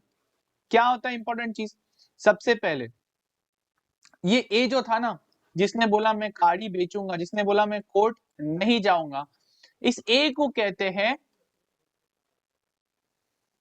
इस ए को कहते हैं प्रॉमिसर या फिर इसको कहते हैं ऑफरर। याद रहेगा सबको, याद रहेगा सबको, इस ए को जो देता है, जो प्रपोज करता है, जो ऑफर करता है, उसको कहते हैं प्रॉमिसर या फिर ऑफरर। ये अर आ जाता है एंड में, और ओ आर, अर, प्रॉमिसर ऑफरर। जिस बंदे को तुम ऑफर दे रहे हो यानी कि बी, उसको ई कहा जाता है, दैट इज ऑफरी या फिर प्रॉमिसी। या फिर ये एक्सेप्ट करेगा ना, इसको हम बोलेंगे एक्सेप्ट। याद रहेगा सबको, जो ऑफर देगा उसको बोलोगे प्रॉमिसर, ऑफरर। जो एक्सेप्ट करेगा, जिसको दिया जाएगा, जो इसको कहते हैं ऑफरी, जो एक्सेप्ट करेगा उसको प्रॉमिसी या फिर एक्सेप्टर। याद रहेगा क्या। तो इसमें दो एलिमेंट आ गए, ए ने पहले ऑफर दी तो उसको कहा जाता है ऑफर, किसको दी, बी को, बी को कहा जाएगा ऑफर। अगर भी ये चीज एक्सेप्ट करता है तो इसको एक्सेप्टर या फिर प्रॉमिसी कहा जाएगा, और ए को कहा जाएगा प्रॉमिसर। क्योंकि प्रॉमिस तो तभी होगा ना जब ऑफर एक्सेप्ट हो जाएगी, तभी तो अग्रीमेंट बनेगा, अग्रीमेंट को ही प्रॉमिस कहते हैं। तो अगर ये ऑफर ये एक्सेप्ट करता है तो इसको हम एक्सेप्टर बोलेंगे, इसको प्रॉमिसी बोलेंगे, और इसको हम प्रॉमिसर बोलेंगे। एमसीक्यू के लिए बहुत इंपॉर्टेंट है ये चीज, अगर आया तो ऑब्वियसली। ठीक है, नेक्स्ट, एक वैलिड ऑफर होने के लिए, कोई भी ऑफर वैलिड होने के लिए उसमें सबसे इंपॉर्टेंट है पार्टी ने, जो पार्टी ऑफर कर रही है, यानी अपने एग्जांपल में ए, उसने एक्सप्रेस करना चाहिए हिज विलिंगनेस टू डू और not to do something. A ने ऐसे ही कह दिया यार इंडिया जीतता है ना तो मैं 2 लाख रुपए दे दूंगा भाई तेरे को, ऐसे ही कह दिया चलते चलते। भाई उसका कोई विलिंगनेस नहीं था उसमें, कोई इच्छा नहीं थी ये करने की, उसने ऐसे ही कह दिया। मैं बहुत थक गया हूँ यार, मेरे को ना मेरा गाड़ी नहीं चाहिए, उसको बेचना नहीं है भाई, उसने वो थक के कह दिया। तो दैट्स वाई उसको हम ऑफर नहीं बोल सकते, जो ऑफर नहीं है वो एक्सेप्ट नहीं होगा, जो एक्सेप्ट नहीं अग्रीमेंट नहीं होगा, जो अग्रीमेंट नहीं है वो कॉन्ट्रैक्ट नहीं होगा। तो for a valid offer party ने क्या करना चाहिए, अपना विलिंगनेस कि भाई मुझे ये चीज करनी है या मुझे ये चीज नहीं करनी, ऐसा एक्सप्रेसली बोलना चाहिए।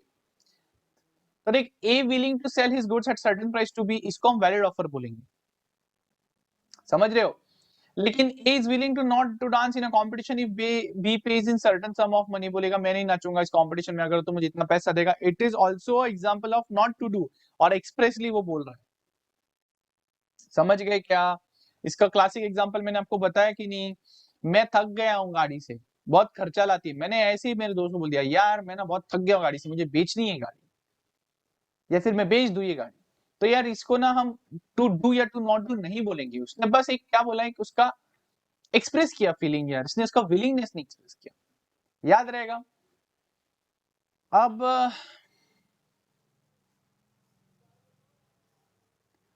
हमेशा याद रखना, ये जो विलिंगनेस ये एक्सप्रेस करेगा ना, कौन, ए, मैं मेरी गाड़ी बेचना चाहता हूं, मैं कोर्ट नहीं जाऊंगा, ये क्यों देना हुआ चाहिए पता है, to obtain the assent of the other party. मतलब क्या, ये थक गया है अपनी गाड़ी से बहुत, इसलिए बोलता है यार बेच दो ना ये गाड़ी, तो एक बार मैं शांत हो जाऊं, 20 1 लाख में बेच दूंगा मैं ये गाड़ी। देखो उसने एक आध बार उसका विलिंगनेस भी दे दिया है, मन ही मन मतलब बोल भी दिया कि मैं बेचना चाहता हूँ, 20 लाख में बेचना चाहता हूँ, लेकिन उसने बी को नहीं बोला है वो कि तू मुझे हाँ कहेगा तो हाँ मैं तुझे भेज दूंगा। ये जो विलिंगनेस है, इट इज नॉट, इसका ऑब्जेक्ट ये नहीं है कि बी उसको हाँ बोले, ये उसने बस एक्सप्रेस किया है, बस क्या किया है, एक्सप्रेस किया है। इस एक्सप्रेशन का कोई मोटिव नहीं है, इसका उसको कोई ऐसा नहीं है उसका कुछ कि बी ने मुझे हाँ कहना चाहिए, वो बी को नहीं बोल रहा है, वो ऐसे ही एक्सप्रेस कर रहा है। एक तो ये उस एक्सप्रेस ही नहीं करेगा कुछ, या फिर ये एक्सप्रेस करेगा लेकिन इसको एक्सप्रेस करने के पीछे कोई मोटिव नहीं है कि बी ने हाँ कहना चाहिए, समझ रहे हो। जैसे मेरे पास एक फ्लैट है, उसका मार्केट वैल्यू मैंने निकाला 30 लाख, मैं बोल दिया मेरे दोस्त को यार फ्लैट है मेरा 30 लाख में, खरीदेगा क्या, मैंने ऐसे ही बोल दिया यार, मैंने ऐसे ही बोल दिया। अब मैं इसके पीछे उसका कुछ हाँ या ना नहीं जानना चाहता हूँ, भाई इस फ्लैट में मुझे रहना है जाके, मैं ऐसे ही बोल दिया उसको, खरीदेगा क्या 30 लाख में, अभी बेचता हूँ नहीं। आपका जो ये एक्सप्रेशन है ना, ये इसीलिए चाहिए ताकि सामने वाले का आपको जवाब चाहिए कुछ, आप ये एक्सप्रेशन क्यों कर रहे हो उसके सामने, ताकि उसका आपको कुछ जवाब मिले, जवाब में क्या मिले, हाँ मिले, असेंट मिले, तभी ये उसका ऑफर को हम क्या मानेंगे, वैलिड मानेंगे। इधर बोलते ए ने बी को बोला कि वो ना 2019 के एंड तक है ना मैरी करना चाहता है। भाई ये कोई ऑफर ऑफ मैरिज नहीं है ए ने बी को दी हुई, समझ रहे हो। जब ए बी को पूछेगा क्या तुम मेरे से शादी करोगे, तो वो क्यों पूछ रहा है, उसका एक्सप्रेस क्यों कर रहा है वो फीलिंग, ताकि सामने वाले का एसेंट मिले, हाँ मिले। तो जैसे कि अगर ए ने बोलता था विल यू मैरी मी, तो इसको हम ऑफर बोलते थे। सबको याद रहेगा, बहुत आसान है। नेक्स्ट कम्स ऑफर, पॉजिटिव भी हो सकती है नेगेटिव। पॉजिटिव यानी क्या, यार कुछ करो, यार कुछ करो। एंड नेगेटिव यानी क्या, नेगेटिव का क्या मतलब होता है, कुछ नहीं करना। ए अपनी गाड़ी बेचता है बी को, तो it is a positive offer, मैं अपनी गाड़ी बेचना चाहता हूं। ए बी को बोलता है यहाँ पे कि तू प्लीज, एक्सीडेंट हो गया अपना तो तू कोर्ट में मत जाना, नॉट गो टू कोर्ट, मैं तुझे इतने रिपेयर चार्जेस तेरे दे दूंगा, इसको कहते हैं नेगेटिव ऑफर। समझ गए। काइंड्स ऑफ ऑफर, ऑफर्स के टाइप्स कितने होते हैं, बहुत आसान है भाई। पहले तो तुमने वो ऑफर किया कैसे है और किया किसको है।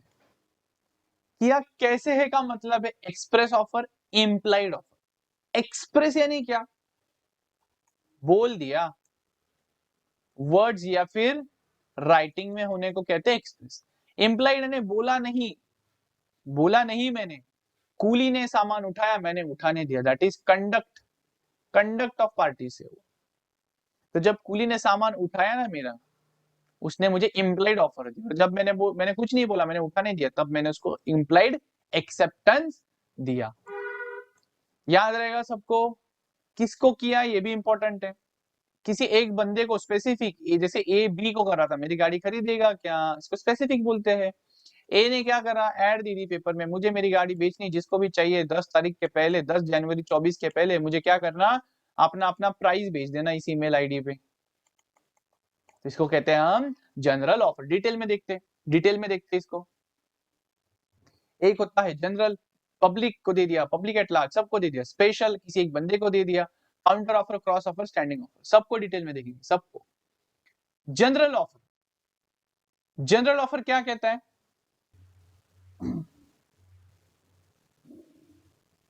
ये चीज, ये क्या कहता है भाई, जनरल ऑफर।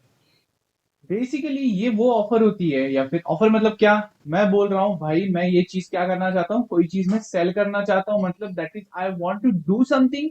या फिर मैं कहता हूं मैं किसी चीज, कोई चीज में नहीं करूंगा, that is abstain from doing something. इसी को हम क्या कहते थे, ऑफर। ठीक है, या फिर प्रपोजल। तो ऑफर में हम टाइप्स देख रहे हैं, एक होता है जो सबके लिए, general offer, that is made to public at large. Public at large का मतलब क्या है, किसी को भी एट पब्लिक एट लार्ज को ऑफर दिया है, मतलब कोई भी बंदा जो इसको पढ़ेगा वो इसको एक्सेप्ट कर सकता है। अब इसका मतलब ऐसा हो गया क्या, जैसे मान लो, एग्जांपल के लिए मान लो कि ये देखो, ऐसा यहाँ पे ऐसा है, ये जो एग्जांपल दिया है वो मैं आपको बताता हूँ। एक कंपनी थी, इस कंपनी ने पेपर में एक एड दी। इन्होंने कहा कि हमारा जो ये प्रोडक्ट है, जिसको इन्होंने बॉल्स कहा था, ये बॉल्स को जो भी कंज्यूम करेगा, हमारी गारंटी है उसे इन्फ्लुएंजा, इन्फ्लुएंजा यानी अपना जो रहता है मतलब हम कहते देखो खांसी जुकाम हो जाता है अपने को, ये नहीं होगा। ठीक है, और अगर किसी को फिर भी हो गया तो उसको हम, इन्होंने कुछ प्राइस दिया था, मान लो $10 या फिर जो भी है £10 जो भी है, वो प्राइस हम इनको देंगे। अब ये इन्होंने दे दिया था पेपर में ऐड। ठीक है, अब ये किसी किसी स्पेसिफिक बंदे को दिया था क्या, नहीं, ये जो भी ये पढ़ा, जो भी ये बंदा ये ऐड पढ़ेगा, वो अगर उनके ये जो प्रोडक्ट है इसको कंज्यूम करता है, ठीक है, तो क्या हो रहा है, ये कंडीशंस फुलफिल कर रहा है इस ऑफर की, और फिर भी अगर उसको इन्फ्लुएंजा हो गया तो उसको ये लोग इतना पैसा देंगे। अब क्या था, एक लेडी थी, उसने क्या करा, इसको कंज्यूम किया, उनके इस प्रोडक्ट को कंज्यूम किया, और फिर भी उसको इन्फ्लुएंजा हो गया। अब क्या हुआ, उसने कंपनी को कॉल करा, बोला भाई देख, ये जो पैसे तुमने बोले थे हमको दोगे वो मुझे चाहिए, क्यों, मैंने कंज्यूम करने के बाद भी मुझे इन्फ्लुएंजा हो गया। कंपनी ने बोला मैडम मतलब क्या बोल रहे हो, ये तो हमने ऐसे ही दे दी थी ऐड, ऐसी ऐड दे दी थी। मैंने क्या बोला, जब घर वाले प्रोमिस होते कह सकते हो, ऐसे ही कह दिया, इसमें नहीं कह सकते। कोर्ट ने बोला, कोर्ट ने बोला देखो ये एक ना जनरल ऑफर है सर, आपने पब्लिक एट लार्ज को बोला था कि जो भी बंदा जो हमने कहा है, यानी कि क्या, तुम्हारे बॉल्स को, तुम्हारे प्रोडक्ट को कंज्यूम करेगा, वो बंदे ने तुम्हारी ऑफर क्या करी है, एक्सेप्ट करी है, और दिस बिकम्स एन अग्रीमेंट। और इसी को अगर मैं एनफोर्सेबिलिटी ऐड कर दूंगा तो फाइनल प्रोडक्ट बन जाएगा कॉन्ट्रैक्ट। यहाँ पे कॉन्ट्रैक्ट हुआ था। तो ये लड़की, ये वो मैडम थी कार्लिन, और कार्बोलिक स्मॉल स्मोक बॉल। आपको केस लॉ याद नहीं करनी, लेकिन केस लॉ के नाम अगर पेपर में पढ़ते हो तो इसका इंस्टेंस क्या है, इसका मतलब क्या आपको पता होना चाहिए, किससे रिलेटेड है। तो जब ये पढ़ोगे आप कार्लिन कार्बोलिक स्मोक बॉल, तो आपको जनरल ऑफर याद आना चाहिए। इसमें क्या हुआ था, इस केस लॉ में क्या हुआ था, पहले तो समझ लो, जनरल ऑफर कैसे एक्सेप्ट की समझेगा। मैं तो बोल दूंगा ना मैंने एक्सेप्ट करी, नहीं, जनरल ऑफर कैसे एक्सेप्ट की समझते हैं हम, जो भी ऑफर कंपनी ने दी रहती है, जो भी ऑफर किसी ने दे रहती है पब्लिक एट लार्ज को, उसमें कुछ कंडीशंस उन्होंने मेंशन किए रहते हैं। जो बंदा ये सारे कंडीशंस फुलफिल करेगा, क्या करेगा, फुलफिल करेगा, हम मानेंगे उसने ये ऑफर एक्सेप्ट किया। तो इस केस में जब ये कंपनी ने ऐड दी थी, तो अगर ये आंटी ने, ये जो आंटी थी, इन्होंने मान लो कि ये कंज्यूम नहीं किया होता, तो कंज्यूम नहीं करा होता तो उस केस में ये ऑफर उन्होंने एक्सेप्ट किया, ऐसा हम नहीं मानते।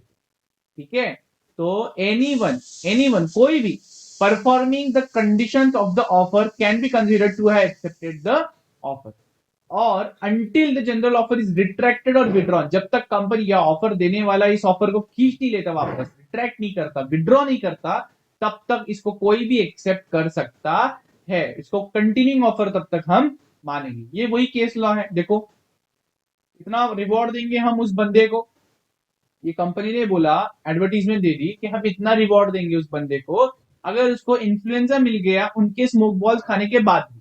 ये उनका प्रोडक्ट था।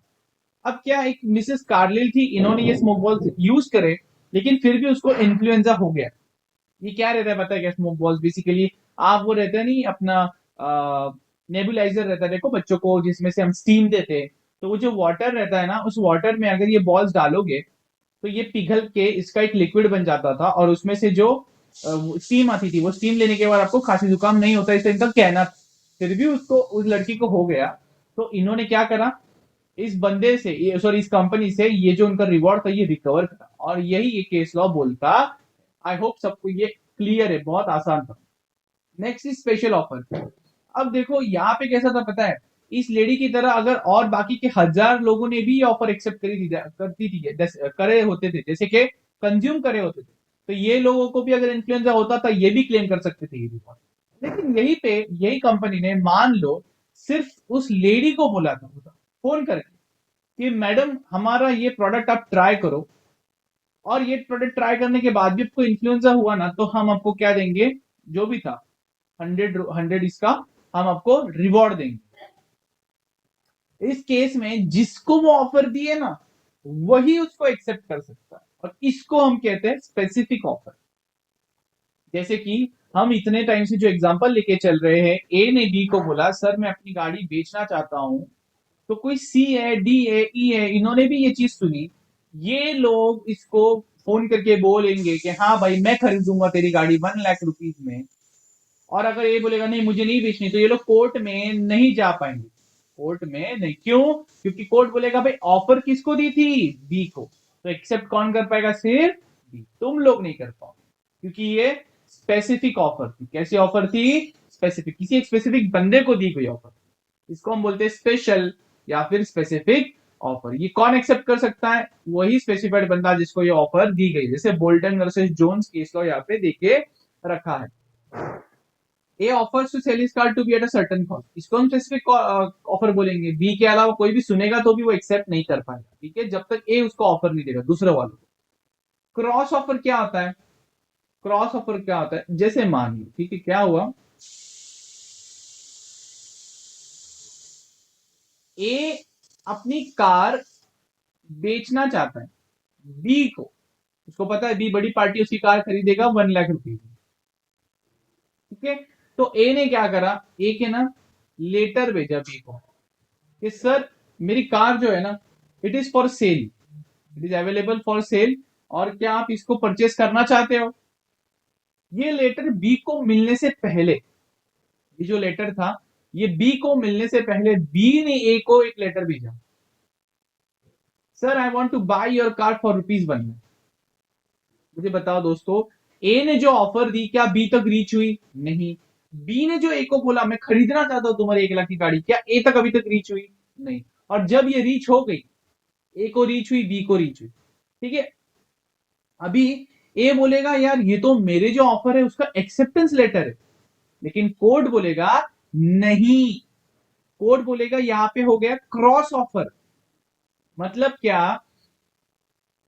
मतलब क्या, ए ने बी को एक ऑफर दी, बराबर, बी को पता ही नहीं उसको ये ऑफर मिली, उसको ये ऑफर दी गई है, उसके पहले ही या फिर उसी के दौरान, बी को ऑफर मिलने से पहले बी ने को बोला मैं आपकी गाड़ी खरीदना चाहता हूं, बी ने एक ऑफर दी, इस ऑफर को हम बोलते हैं क्रॉस ऑफर। और क्रॉस ऑफर एक्सेप्टेंस होगा क्या? बताओ दोस्तों, एक्सेप्टेंस होगा? बिल्कुल नहीं होगा। क्यों? अरे जब तक ऑफर मिली ही नहीं ए को, वो उसको एक्सेप्ट कैसे करेगा? ये तो सिर्फ कोइंसिडेंस हो गया। क्या हो गया? कोइंसिडेंस हो गया कि ए ने भी ऑफर करी और उसको पहुंचने से पहले बी ने भी उसको बोला मैं खरीदना चाहता हूं, इसको हम कहेंगे cross offer and it is not equivalent to acceptance. याद रहेगा, यही स्पेशल पॉइंट्स है आपके लिए। तो जब दो पार्टियां ए और बी एक्सचेंज आइडेंटिकल ऑफर्स, ए ने बोला गाड़ी बेचना चाहता हूं 1 लाख में, बी ने भी उसको बोला सर मैं आपकी गाड़ी खरीदना चाहता हूं 1 लाख रुपीज में, इन इग्नोरेंस, मतलब क्या, दोनों को नहीं पता एक दूसरे को कुछ ऑफर मिली है, at the time of each others offer the offers are called cross offers. इस केस में कोई बाइंडिंग कॉन्ट्रैक्ट नहीं बनेगा क्योंकि ये एक्सेप्टेंस नहीं होते हैं। तो यहाँ पे वही एग्जांपल दिया जो मैंने आपको बोला है, प्लीज रीड कर लेना, बहुत आसान है, बहुत आसान। काउंटर ऑफर, अब काउंटर ऑफर आप दिन रात करते रहते हो, ठीक है। जैसे कि आप गए सब्जी खरीदने, आप ए हो, मान लो आप गए सब्जी खरीदने, आपने पूछा भाई ये भिंडी कितनी, ये भिंडी कितनी की, उसने बोला 10 रुपए किलो, एग्जाम्पल। आपने बोला नहीं नहीं नहीं नहीं नहीं, मुझे तो चाहिए 8 रुपए पर किलो, से दोगे? तो ये जो आपने क्या करा, ये ऑफर आपने सुनी उसकी कि हाँ भाई ये 10 रुपए में बेचने के लिए तैयार है, उस ऑफर को आपने इग्नोर किया और न्यू ऑफर दे दी, न्यू प्राइस पे ऑफर दी, इसको हम बोलेंगे काउंटर ऑफर। देखो, क्रॉस ऑफर में जो दो पार्टीज थी, इसमें ए ने बी को जब ऑफर दी, बी को नहीं पता था ऑफर आई है अपने पास, और तभी उसी दौरान बी ने एक ऑफर दे दी कि सर मैं आपकी गाड़ी खरीदना चाहता हूं, इसको हम क्रॉस ऑफर बोलते थे। काउंटर ऑफर पूरी अलग है। आप क्या कर रहे हो, ये जो प्राइस है आपको एक्सेप्टेबल नहीं है, इसलिए आप अलग प्राइस से उसको क्रॉस अलग ऑफर दे रहे हो, उसको हम कहते हैं काउंटर ऑफर। देखो, व्हेन द ऑफरी, ऑफरी मतलब कौन, B, offers to qualified acceptance of the offer subject to modifications and variations in the terms of original offer। मतलब क्या, he is said to have made a counter offer। Count देखेंगे, counter offer amounts to rejection of the original offer, it is also called as conditional acceptance. मतलब B क्या कर रहा है पता है, qualified acceptance of the offer subject to modifications and variations in terms of original offer. Original offer मतलब जब आपने सब्जी वाले ने आपसे कहा 10 रुपए प्रति किलो, उसको हम कहते हैं ओरिजिनल ऑफर। आपने क्या करा, आपने क्या करा, ओरिजिनल ऑफर में मॉडिफिकेशन वेरिएशन करके उसको एक काउंटर ऑफर दे दी 8 रुपए पर किलो से। अगर वो मान गया तो उसको हम बोलेंगे क्वालिफाइड एक्सेप्टेंस। याद रहेगा सबको। तो इसमें जो ये ओरिजिनल ऑफर थी ये क्या हो गई, रिजेक्ट हो गई, rejection of original offer. A offers to sell is plot to be for ₹10 lakh, ठीक है। बी ने बोला मैं 8 लाख में बाय करूंगा, ओके, तो इसको हम बोलेंगे काउंटर। इसको, बी ने क्या बोला, मैं 8 लाख में खरीदूंगा सर, इसको बोलते काउंटर। इससे ए की जो ओरिजिनल ऑफर थी 10 लाख की, ये टर्मिनेट हो गई, और अगर बी अग्री हो गया ये प्लॉट को बाय करने में 10 लाख, तो ए रिफ्यूज कर सकता है। ओरिजिनल प्राइस पे बी अग्री हो गया, 8 लाख में ए नहीं दे रहा है, बी ने बोला चलो चलो 10 लाख में खरीद लेता हूँ, ए अग्री रिफ्यूज कर सकता है। क्यों? क्योंकि ओरिजिनल ऑफर टर्मिनेट हो गई। समझ रहे हो क्या हुआ, ए ने बी को बोला सर 10 लाख में खरीदोगे, बी ने बोला नहीं 8 लाख में बेचोगे, तो ये ऑफर हो गई रिजेक्ट। अब 8 लाख में ए ने नहीं बोल दिया तो ये भी रिजेक्ट होगी। अब बी बोल रहा है सर मैं 10 लाख में खरीदूंगा, बेचो बेचो बेचो बेचो, ए बोलेगा अभी नहीं बेचूंगा। क्यों नहीं बेचूंगा भाई, ओरिजिनल रिजेक्ट हो गई। अभी बी कोर्ट में जाएगा तो कोर्ट बोलेगा सर ओरिजिनल ऑफर रिजेक्ट हो गई, एक्सेप्टेंस कहां से करोगे, जब ऑफर ऑफर ही नहीं है तो एक्सेप्टेंस भी नहीं होगा, तो अग्रीमेंट नहीं होगा, तो कॉन्ट्रैक्ट भी नहीं होगा, कुछ भी नहीं है। समझ गए? बहुत आसान करके बता रहा हूं भाई, बहुत आसान करके बता रहा हूं। आपका सिर्फ इतना काम है कि इसको ठीक से सुन के एक बार वापस ठीक से रिवाइज करना। नेक्स्ट हो जाता है स्टैंडिंग और कंटिन्यूइंग और ओपन ऑफर। इसका क्या मतलब है, जैसे टेंडर्स, टेंडर्स क्या होता है, गवर्नमेंट बोलती है, अभी आप अब सीए करोगे तो, अब सीए कर रहे हो तो कैसा रहता है, जैसे अपनी आईसीए की भी टेंडर्स आते हैं। अभी 14 नवंबर 23 से लेके 30 नवंबर 23 तक जिन जिन सीए लोगों को कोऑपरेटिव बैंक्स के ऑडिट करने की इच्छा है वो हमको अप्लाई करें। तो मैंने क्या करा, मेरी ऑफर क्या करी कुछ टाइम के लिए, देखो ये एक स्पेसिफिक टाइम लैप्स दिया ना मैंने, इस टाइम के लिए मैंने क्या करी, ऑफर को ओपन रखा। तो जो ऑफर ओपन फॉर एक्सेप्टेंस है over a period of time, इसको हम कहेंगे स्टैंडिंग या फिर कंटिन्यूइंग या फिर ओपन ऑफर। याद रहेगा, बहुत आसान है, बहुत आसान। अभी यार बहुत इंपॉर्टेंट चीज आ गई और बस अभी खत्म हो जाएगा ये यूनिट, बहुत आसान यूनिट और खत्म भी हो जाएगा। ये कहता है वैलिड ऑफर के एसेंशियल्स क्या है, कौन सा क्या सॉल्ट होना चाहिए भाई, क्या सॉल्ट होना चाहिए। मेरे हिसाब से मैंने आप लोगों को बहुत सही एग्जांपल दिया था यहां पे याद करने के लिए, कौन सा वाला part, essentials of a valid contract, क्या क्या था, याद है किसी को, याद कर लेना भाई, ये बहुत आसान था। ओके, एकदम से मुझे क्लिक हो गया वो, इसलिए मैंने बताया। तो अभी हम बात कर रहे थे salt of a valid offer, that is essentials of a valid offer. Valid offer के लिए क्या होना चाहिए यार, मुझे एकदम आसानी से बताओ, मतलब जस्ट एक जनरल नॉलेज के बेसिस पे बताओ, हाँ, ज्यादा सोच के मत बताना। किधर गया, एक एक करके कवर करते हैं यार। अगर आप किसी को बोल रहे हो कि मैं मेरी कार बेचना चाहता हूं, बाय बेसिक है भाई, आप कार की डिटेल्स उसको बताओगे, ठीक से बताओगे, उसको ये चीज कम्युनिकेट करोगी, बी को पता होना चाहिए आप कार बेचने चाहते हो, उसको कौन सी कार बेचना चाहते हो, किस प्राइस पे बेचना चाहते हो, ठीक है। तो यही इसके बन जाएंगे एसेंशियल एलिमेंट्स, किसके, वैलिड ऑफर के। सबसे पहला, first essential element, capable of creating legal relations. ये क्या कहना चाहता है, मैंने ऐसे ही उड़ते हवा में बोल दिया ए को, बी को, यार मैं ना थक गया हूं मेरी गाड़ी से, नई गाड़ी खरीदनी, मुझे ये गाड़ी बेचनी। बी ने बोला यस यस मैं खरीदूंगा, क्या लगता है आपको, ये हो गया ऑफर प्लस एक्सेप्टेंस? बिल्कुल नहीं, ए ने ऐसे ही कह दिया था, ए ने ऐसे ही कह दिया था, उसका लीगल रिलेशंस क्रिएट करने का कोई भी मकसद नहीं था। दूसरा एग्जांपल, बेटे ने कह दिया फादर आपके 61st बर्थडे पे, 61st बर्थडे पे मैं आपको कार गिफ्ट करना चाहता हूं। फादर ने बोला यस यस मैं भी आपसे कार एक्सेप्ट करूंगा। आपको क्या लगता है, अगर कार गिफ्ट नहीं करी तो फादर जा सकते हैं कोर्ट में, जा सकते हैं? बिल्कुल नहीं, क्यों, सोशल अग्रीमेंट है भाई, लीगल रिलेशनशिप क्रिएट करने का सन का कोई माइंडसेट ही नहीं। तो देखो फर्स्ट पॉइंट बनता है, ये जो ऑफर आप दे रहे हो ना, it must be capable of creating legal relations. जैसे कि ये बोलता देखो, एक social invitation even if it is accepted does not create legal relations because it is not so intended. इसका एग्जांपल क्या है, मैंने बोला था मेरे बेटे की शादी में आ जाओ सब लोग, और कार्ड बांट दिया, अब कोई बंदा नहीं आया, तो मैं क्या कोर्ट में जाऊंगा, ये क्यों नहीं आया, नहीं जा पाऊंगा, क्यों, social invitation, it is not a offer with the intention of creating legal relation. तो offer must be such that it is capable of being accepted, कोई इसको एक्सेप्ट करेगा और एक्सेप्ट करके ही it gives rise to legal relationship. अगर ये offer का इंटेंशन लीगल रिलेशनशिप क्रिएट करना है तो इसको हम valid offer in the eyes of law नहीं बोलोगे। आप तो बोल दोगे आपके घर का है यार, लेकिन लॉ नहीं बोलेगा इसको वैलिड ऑफर।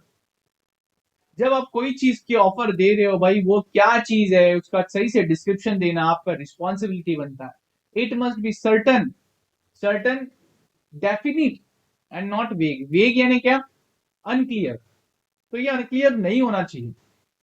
ऑफर की जो टर्म्स होते हैं ना, अगर वेग है, इनडेफिनेट है, तो इसके एक्सेप्टेंस से कोई भी कॉन्ट्रेक्चुअल रिलेशनशिप नहीं बनेगा।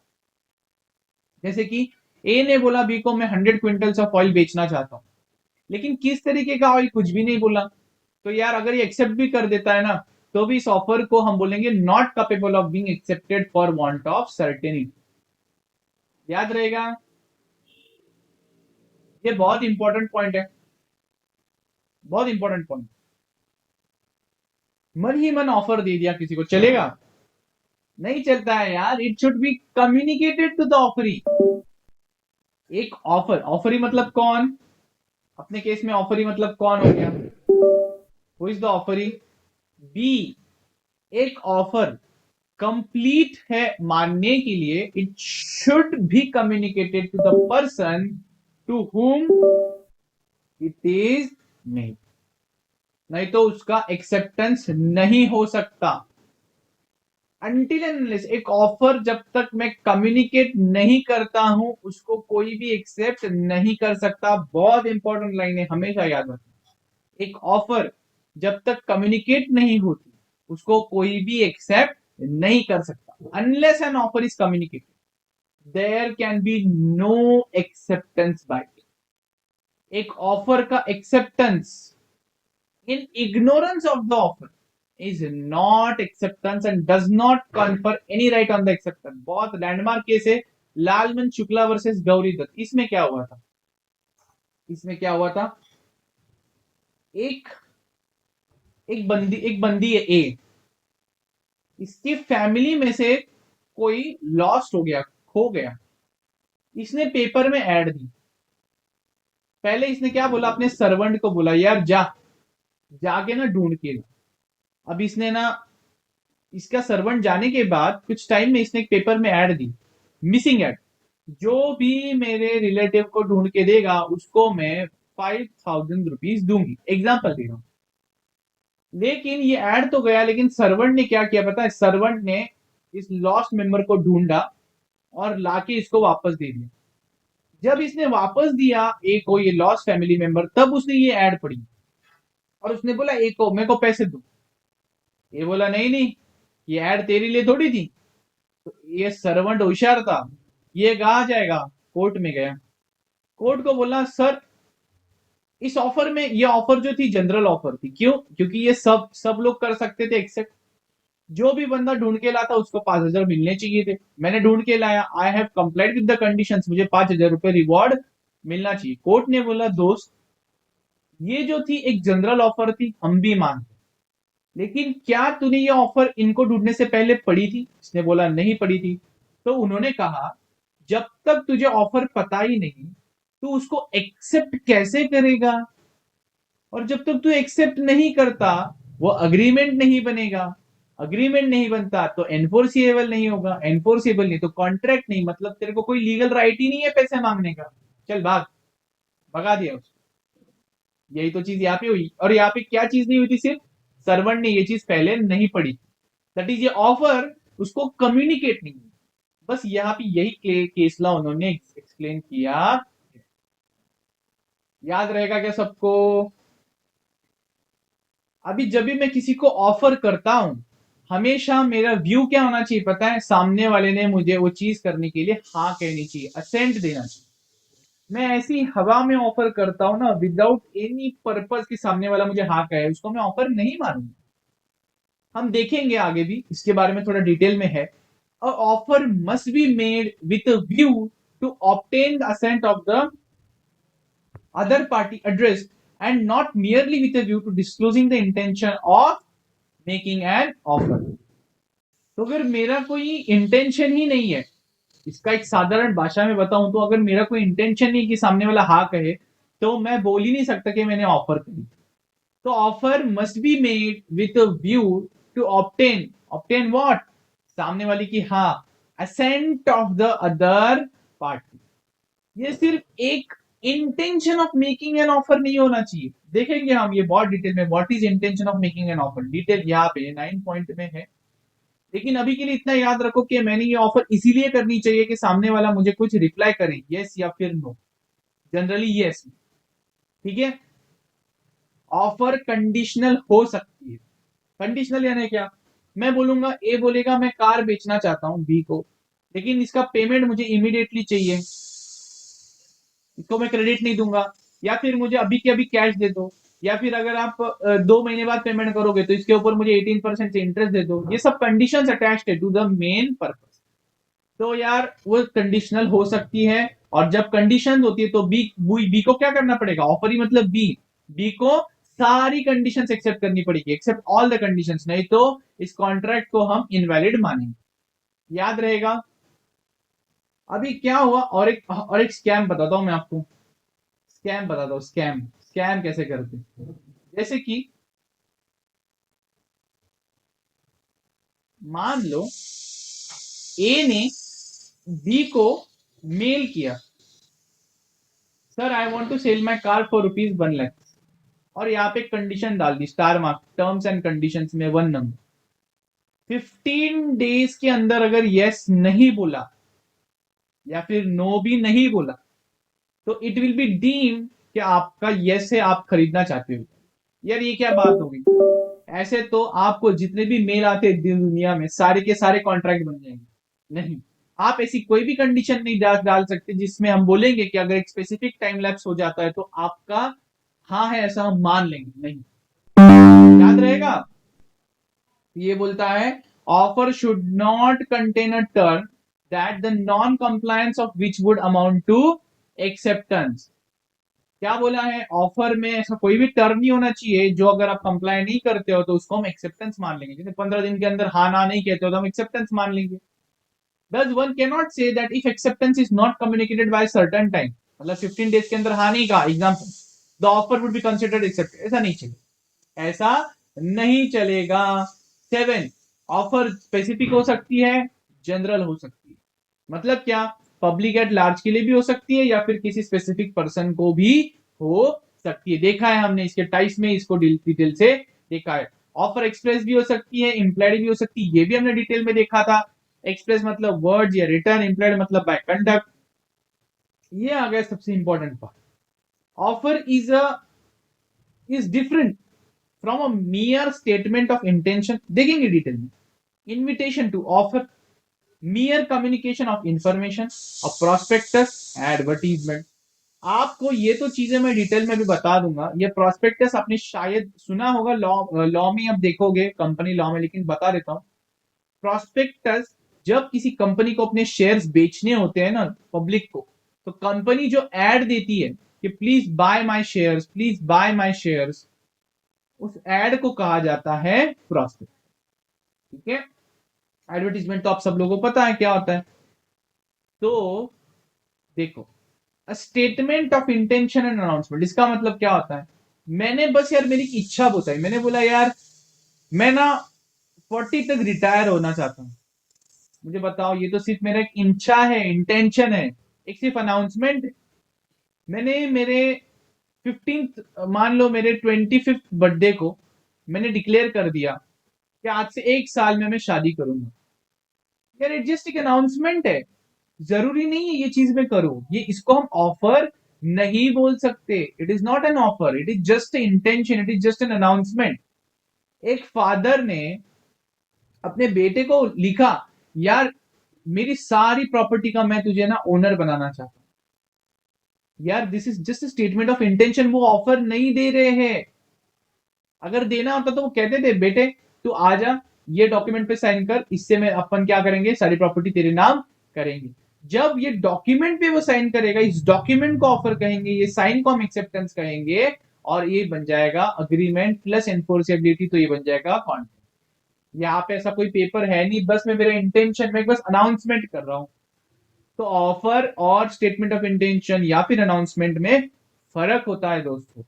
एक अनाउंसमेंट कर दी, जो भी बच्चों को 95% से ज्यादा मार्क आएंगे उसको 12th में स्कॉलरशिप दे देंगे हम। 12th में 95% ज्यादा मार्क है उसको स्कॉलरशिप मिल जाएगी।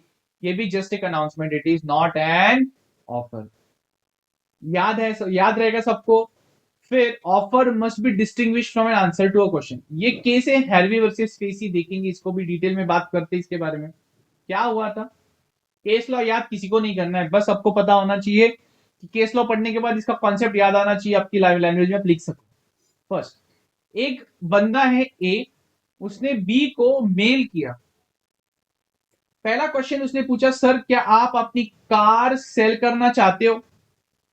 दूसरा क्वेश्चन पूछा, सर आपकी कार की लोएस्ट प्राइस क्या रही? अब बी ने पहले वाले क्वेश्चन को आंसर ही नहीं किया रिप्लाई में, सिर्फ क्या बोला, मेरे गाड़ी की सबसे लोएस्ट प्राइस है 10 लाख रुपए। अब ए ने उसको 10 लाख रुपए ट्रांसफर कर दिए और बोला चल गाड़ी बेच। बी बोलेगा भाई मैंने कब तेरे एक्सेप्ट किया ऑफर, मैंने तो सिर्फ तेरे क्वेश्चन को क्या दिया, आंसर दिया। अगर ऑफर एक्सेप्ट करना होता तो मैं पहले क्वेश्चन को भी आंसर करता था ना कि यस मैं मेरी गाड़ी बेचना चाहता हूं, मिनिमम 10 लाख की प्राइस है, आप पहले आपकी प्राइस भेजो, आप कितने में खरीदना चाहते हो, फिर मैं बताऊंगा मैं उतने में बेच सकता हूं कि नहीं। ये तो मैंने सिर्फ लोएस्ट प्राइस आपको बताई। It is just an answer to a question asked by you, it is not acceptance of your offer. Basically जो आपने किया, it is not offer only, this is just a question. समझ गए? तो यहां पे सेकंड पॉइंट वही बोलता है वो कि एक बंदे ने दूसरे बंदे को मेल किया, सर क्या आप आपकी बम्पर हॉल पेन बेचना चाहते हो एंड हमको टेलीग्राफ कर दीजिए आपका लोएस्ट कैश प्राइस। यार पहले वाले को उन्होंने आंसर ही नहीं किया, लेकिन दूसरे वाले क्वेश्चन को आंसर कर दिया। लोएस्ट प्राइस जो है ना हमारे पेन की, वो है इतनी, 900। अब इन्होंने इनको रिप्लाई कर दिया कि हाँ भाई हम बाय करेंगे इतने में। ये बोला भाई मैं नहीं बेचना चाहता मेरी प्रॉपर्टी इतने में, ये तो बस मैंने तुमको आंसर दिया मेरे क्वेश्चन का, ये तो मेरी लोएस्ट प्राइस है। पहले तो आप कोट तो करो, आप 900 में खरीदोगे, 1000 में खरीदोगे, फिर मैं बताऊंगा ना मैं बेचना चाहता हूं कि नहीं। That is they are not bound by the offer. क्यों? क्योंकि वो ऑफर थी ही नहीं। ये जो प्रीवी काउंसिल वगैरह ये जो वर्ड है ना, आपको याद नहीं रहे तो भी चलेगा, बेसिकली ये फॉरेन ब्रिटिश कोर्ट से। तो ये क्या इन्होंने क्या कहा, प्लेंटिफ मतलब कौन होता है? बंदा जो कोर्ट में केस फाइल करेगा, उसको हम प्लेंटिफ कहते हैं। और डिफेंडेंट कौन होता है? जिसके अगेंस्ट केस फाइल की, जो अपनी केस को डिफेंड करेगा। तो जिसने उनको क्वेश्चन भेजे ना दो, सर बेचना चाहते हो, सर लोएस्ट प्राइस, उन्होंने केस फाइल करी। क्यों? वो कहते हैं सर इसने इसका आंसर तो दे दिया ना, 900 में लोएस्ट में बेचेंगे, लेकिन वे बेच नहीं रहे। तो डिफेंडेंट ने बोला सर मैंने तो सिर्फ आंसर दिया आपके क्वेश्चंस को, वो भी पहले को तो दिया भी नहीं, सिर्फ दूसरे को दिया, और ये ऑफर नहीं होती है। समझ रहे हैं? ये कोर्ट ने डिसाइड किया। Defendant replied only to the second question by quoting the price, but reserved their answer with regard to willingness to sell. Thus, they made no offer at all. उन्होंने ऑफर ही नहीं की। इसको हम बोलते हैं mere statement of lowest price। इससे कोई भी इम्प्लाइड कॉन्ट्रैक्ट नहीं बनेगा। आपको याद कितना रखना है दोस्तों? आपको लिखते आना चाहिए कि जैसे एक केस थी, उस केस में एक पार्टी ने दूसरे पार्टी को मेल किया, उन्होंने पूछा सर इसका लोएस्ट प्राइस कितना रहेगा और क्या आप बेचना चाहते हो। तो पहले क्वेश्चन को उन्होंने रिप्लाई नहीं किया, लेकिन दूसरे को उन्होंने लोएस्ट प्राइस भेज दी। तो ये तो जस्ट एक आंसर था टू द क्वेश्चन, इसको हम ऑफर नहीं कहेंगे, इसको हम ऑफर नहीं कहेंगे। ये वाला भी सेम टू सेम है, पढ़ लेना, बहुत आसान है। और लास्ट वाला स्टेटमेंट, सेकंड लास्ट वाला, statement of price is not an offer. ये क्या होता है स्टेटमेंट ऑफ प्राइस? मतलब जाते हो गाड़ी खरीदते हो तो बंदा आपको एक कोटेशन देता है कि नहीं, कोटेशन कि सर गाड़ी का एक शोरूम प्राइस इतना है, आरटीओ चार्जेस इतना है, ये इतना है, फाइनल प्राइस। इसको कहा जाता है सिर्फ स्टेटमेंट ऑफ प्राइस। ये ऑफर नहीं होती, ये ऑफर नहीं होती। जब आप जाओगे इसको बोलोगे सर ये प्राइस पे मैं खरीदना चाहता हूं, तो आप उसको ऑफर दोगे, फिर वो बोलेगा ओके सर आइए गाड़ी दिखा देता हूं, और फिर आप ये डील सीज मतलब डन करोगे, ये हो जाएगा कॉन्ट्रैक्ट। ये कॉन्ट्रैक्ट या फिर ये ऑफर नहीं होती है। Statement of price is not an offer. Quoting the price of a product does not constitute it as offer. याद रहेगा क्या? जैसे कि आप इसके और एक क्लासिक एग्जांपल क्या है, आप मॉल में जाते हो, हर चीज पे प्राइस टैग लगा रहता है, 10 रुपए, 20 रुपए, 30 रुपए। तो यार these are not offers, these are not offer, these are just statement of price, these are just statement of price. आप इस चीज को उठा के काउंटर पे लेके जाओगे, बोलोगे सर ये मैं खरीदना चाहता हूं, आपने उसको ऑफर करी, वो उसको आपसे पैसे लेगा और उसने आपको क्या करा, एक्सेप्ट कर। याद रहेगा सबको?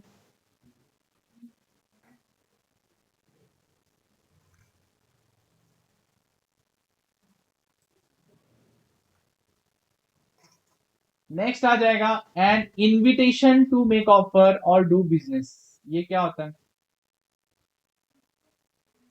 क्या हो सकता है ये? मैंने क्या करा, मेरे पास एक प्रॉपर्टी पड़ी है, मैंने पेपर में ऐड लगवा दी, property at Mumbai for sale, minimum price ₹1 crore, contact at, और मेरा नंबर डाल दिया। ये क्या कर रहा हूँ पता है, मैं लोगों से सिर्फ क्या मंगा रहा हूँ, अलग अलग प्राइस की बीड्स मंगा रहा हूँ। मैं चाहता हूँ लोग मुझे अप्रोच करें। 1 करोड़ तो मिनिमम प्राइस है, कोई 1 करोड़ बोलेगा, 1.5 करोड़, कोई 2 करोड़, कोई 3 करोड़, मान लो कोई 1.7 करोड़, कोई 2.5 करोड़। मैं क्या कर रहा हूं, मैं लोगों को बोल रहा हूं कि आप मुझे ऑफर्स दो। मैंने क्या दिया है आपको, इनविटेशन दिया है टू ऑफर। आप मुझे ऑफर दो कि कोई मेरी प्रॉपर्टी 1.5 करोड़ में खरीदना चाहता है, कोई 2 करोड़ में खरीदना चाहता है, कोई 3। फिर मेरे को लगता है यार 3 करोड़ वाले के साथ मैं डील कर सकता हूं। फिर मैं इसकी जो ऑफर है ना, इस ऑफर को मैं क्या करूंगा, एक्सेप्ट करूंगा, और ये बन जाएगा अग्रीमेंट। समझे, बहुत आसानी में, वन फ्लो में मैंने बताया है। ये मैंने जो ये इनविटेशन दिया ना ऑफर के लिए, इसको ऑफर नहीं बोलते, इसको बोलते हैं इनविटेशन टू ऑफर। इनविटेशन मतलब क्या, मैं चाहता हूं आप लोग आके मुझे ऑफर दो अलग अलग प्राइसेस, और मैं उस ऑफर को क्या करूंगा, फिर एक्सेप्ट करूंगा। देखो यहाँ पे बहुत डिटेल में बताया उन्होंने। इनविटेशन टू ऑफर क्या होता है कि मैं इनवाइट करता हूं लोगों के, आइए, अदर पार्टीज को इनवाइट करता हूं, आइए और मुझे क्या करिए, ऑफर करिए। मैं नहीं ऑफर कर रहा हूं इस इनविटेशन के थ्रू, मैं आपको इनवाइट कर रहा हूं कि आप आके मुझे ऑफर करना। और अगर मैं इसको मान लेता हूं, एक्सेप्टेंस दे देता हूं, तो वो कॉन्ट्रैक्ट बन जाएगा। याद रहेगा क्या सबको। देखो यहाँ पे उन्होंने एग्जांपल दिया है, पढ़ लेना, बहुत आसान है। ये पता है रेड हेरिंग प्रोस्पेक्टस, आप पढ़ोगे इसको सीए इंटर में, आप पढ़ोगे इसको सी इंटर। अभी के लिए इतना याद रखना, एक ऐसी एड है कंपनी ने दी हुई जिसके थ्रू ये अपने क्या बेचना चाहते हैं, शेयर्स बेचना चाहते हैं। ठीक है, तो एक रेड हेरिंग प्रोस्पेक्टस एक कंपनी देती है, कंपनी अपने शेयर्स बेचती है, उसमें बेचना चाहती है, लेकिन वो एक एड रहती है, वो लोगों को बोलती है। बेसिकली एक रेड हेरिंग प्रोस्पेक्टस क्या होता है पता है क्या, इसमें कंपनी क्या बोलेगी कि सर जो मेरा एक शेयर है ना, उसकी प्राइस 100 से 150 के बीच में कुछ भी हो सकती है, एक प्राइस बैंड दे देगा। अब लोग आके इसमें ऑफर लगाएंगे, सर मैं खरीदना चाहता हूं, मैं खरीदना चाहता हूं, मैं खरीदना चाहता हूं, मैं खरीदना चाहता हूं। फिर कंपनी इसमें से जो लोगों को, कंपनी के हिसाब से जिसका हाईएस्ट प्राइस बिड रहेगा उसको ये अलॉट कर देगी। तो it is just invitation to the public के आप क्या करो, हमारे ऑफर को सब्सक्राइब करो, हमको हमारे शेयर्स खरीदो, जो ऑफर अच्छी रहेगा उसको हम हमारे शेयर्स बेचेंगे। याद रहेगा क्या। अब ये बहुत इंपॉर्टेंट है, इनविटेशन टू ऑफर और इसके डिफरेंस हम देखेंगे। यहाँ पे बहुत अच्छा चार्ट है, उसमें बताया इन्होंने, देखो ऑफर यानी क्या। ऑफर मतलब एक फाइनल एक्सप्रेशन या फिर विलिंगनेस जो एक ऑफरर देता है एक ऑफरी को, और अगर ऑफरी उसको एक्सेप्ट करता है तो ऑफरर बाउंड हो जाता है उसके इस ऑफर से। अगर ए ने कार बेचने को बी को बोला और अगर बी ने एक्सेप्ट कर लिया तो A will be bound to sell his car, तो ए ही चाहता है वो बाउंड हो जाए इस चीज से। इनविटेशन टू ऑफर क्या होता है, पार्टी अपना कुछ फाइनल विलिंगनेस नहीं बताती इसमें कि मैं बेचना चाहती हूँ, वो सिर्फ बोलती है कि सर आप ऑफर दीजिए अलग अलग, निगोशिएट करिए मेरे साथ, आप क्या करो मेरे साथ, निगोशिएट करो, और अगर मुझे वो पसंद आता है तो मैं आपकी ऑफर को क्या करूंगा, एक्सेप्ट करूंगा। तो फ्लो देखिए, ए जब कार बेचना चाहता है ना बी को, तो ए दे रहा है ऑफर और बी करेगा एक्सेप्ट, समझ रहे हो। लेकिन अगर ए ने कार बेचना चाहता हूं पेपर में ऐड दे दी और बोला इनविटेशन टू ऑफर, तो इसको देखने के बाद जब बी ए को कांटेक्ट करेगा कि सर मैं 1 करोड़ में आपकी कार खरीदना चाहता हूं, इसको ऑफर बोलेंगे, और ए अगर मान जाता है तो इसको एक्सेप्टेंस बोलेंगे। याद रहेगा। तो यहां पे इंटेंशन क्या होता है पार्टीज का ऑफर में, जो बंदा स्टेटमेंट करता है ना ऑफर में, वो उससे बाउंड होना चाहता है, वो चाहता है कि वो उस चीज में लीगली ऑब्लिगेट हो जाए और सामने वाले को भी उसमें ऑब्लिगेट करे। लेकिन जो इनविटेशन देता है ना, उसका सिर्फ निगोशिएशन का पर्पज रहता है कि लोग आके मुझे हाईएस्ट बिड दे और मैं सबसे हाईएस्ट वाले के ऑफर को एक्सेप्ट करूं। ठीक है, वो सिर्फ निगोशिएशन करना चाहता है। एक ऑफर जो होती है, मैंने क्या बोला, ए जो है उसने ऐड दे दी इनविटेशन टू ऑफर की पेपर में। अब बी जो रहेगा, ये जब ए को अप्रोच करेगा तो बी ने जो दी वो थी ऑफर और ए इसको एक्सेप्ट करेगा।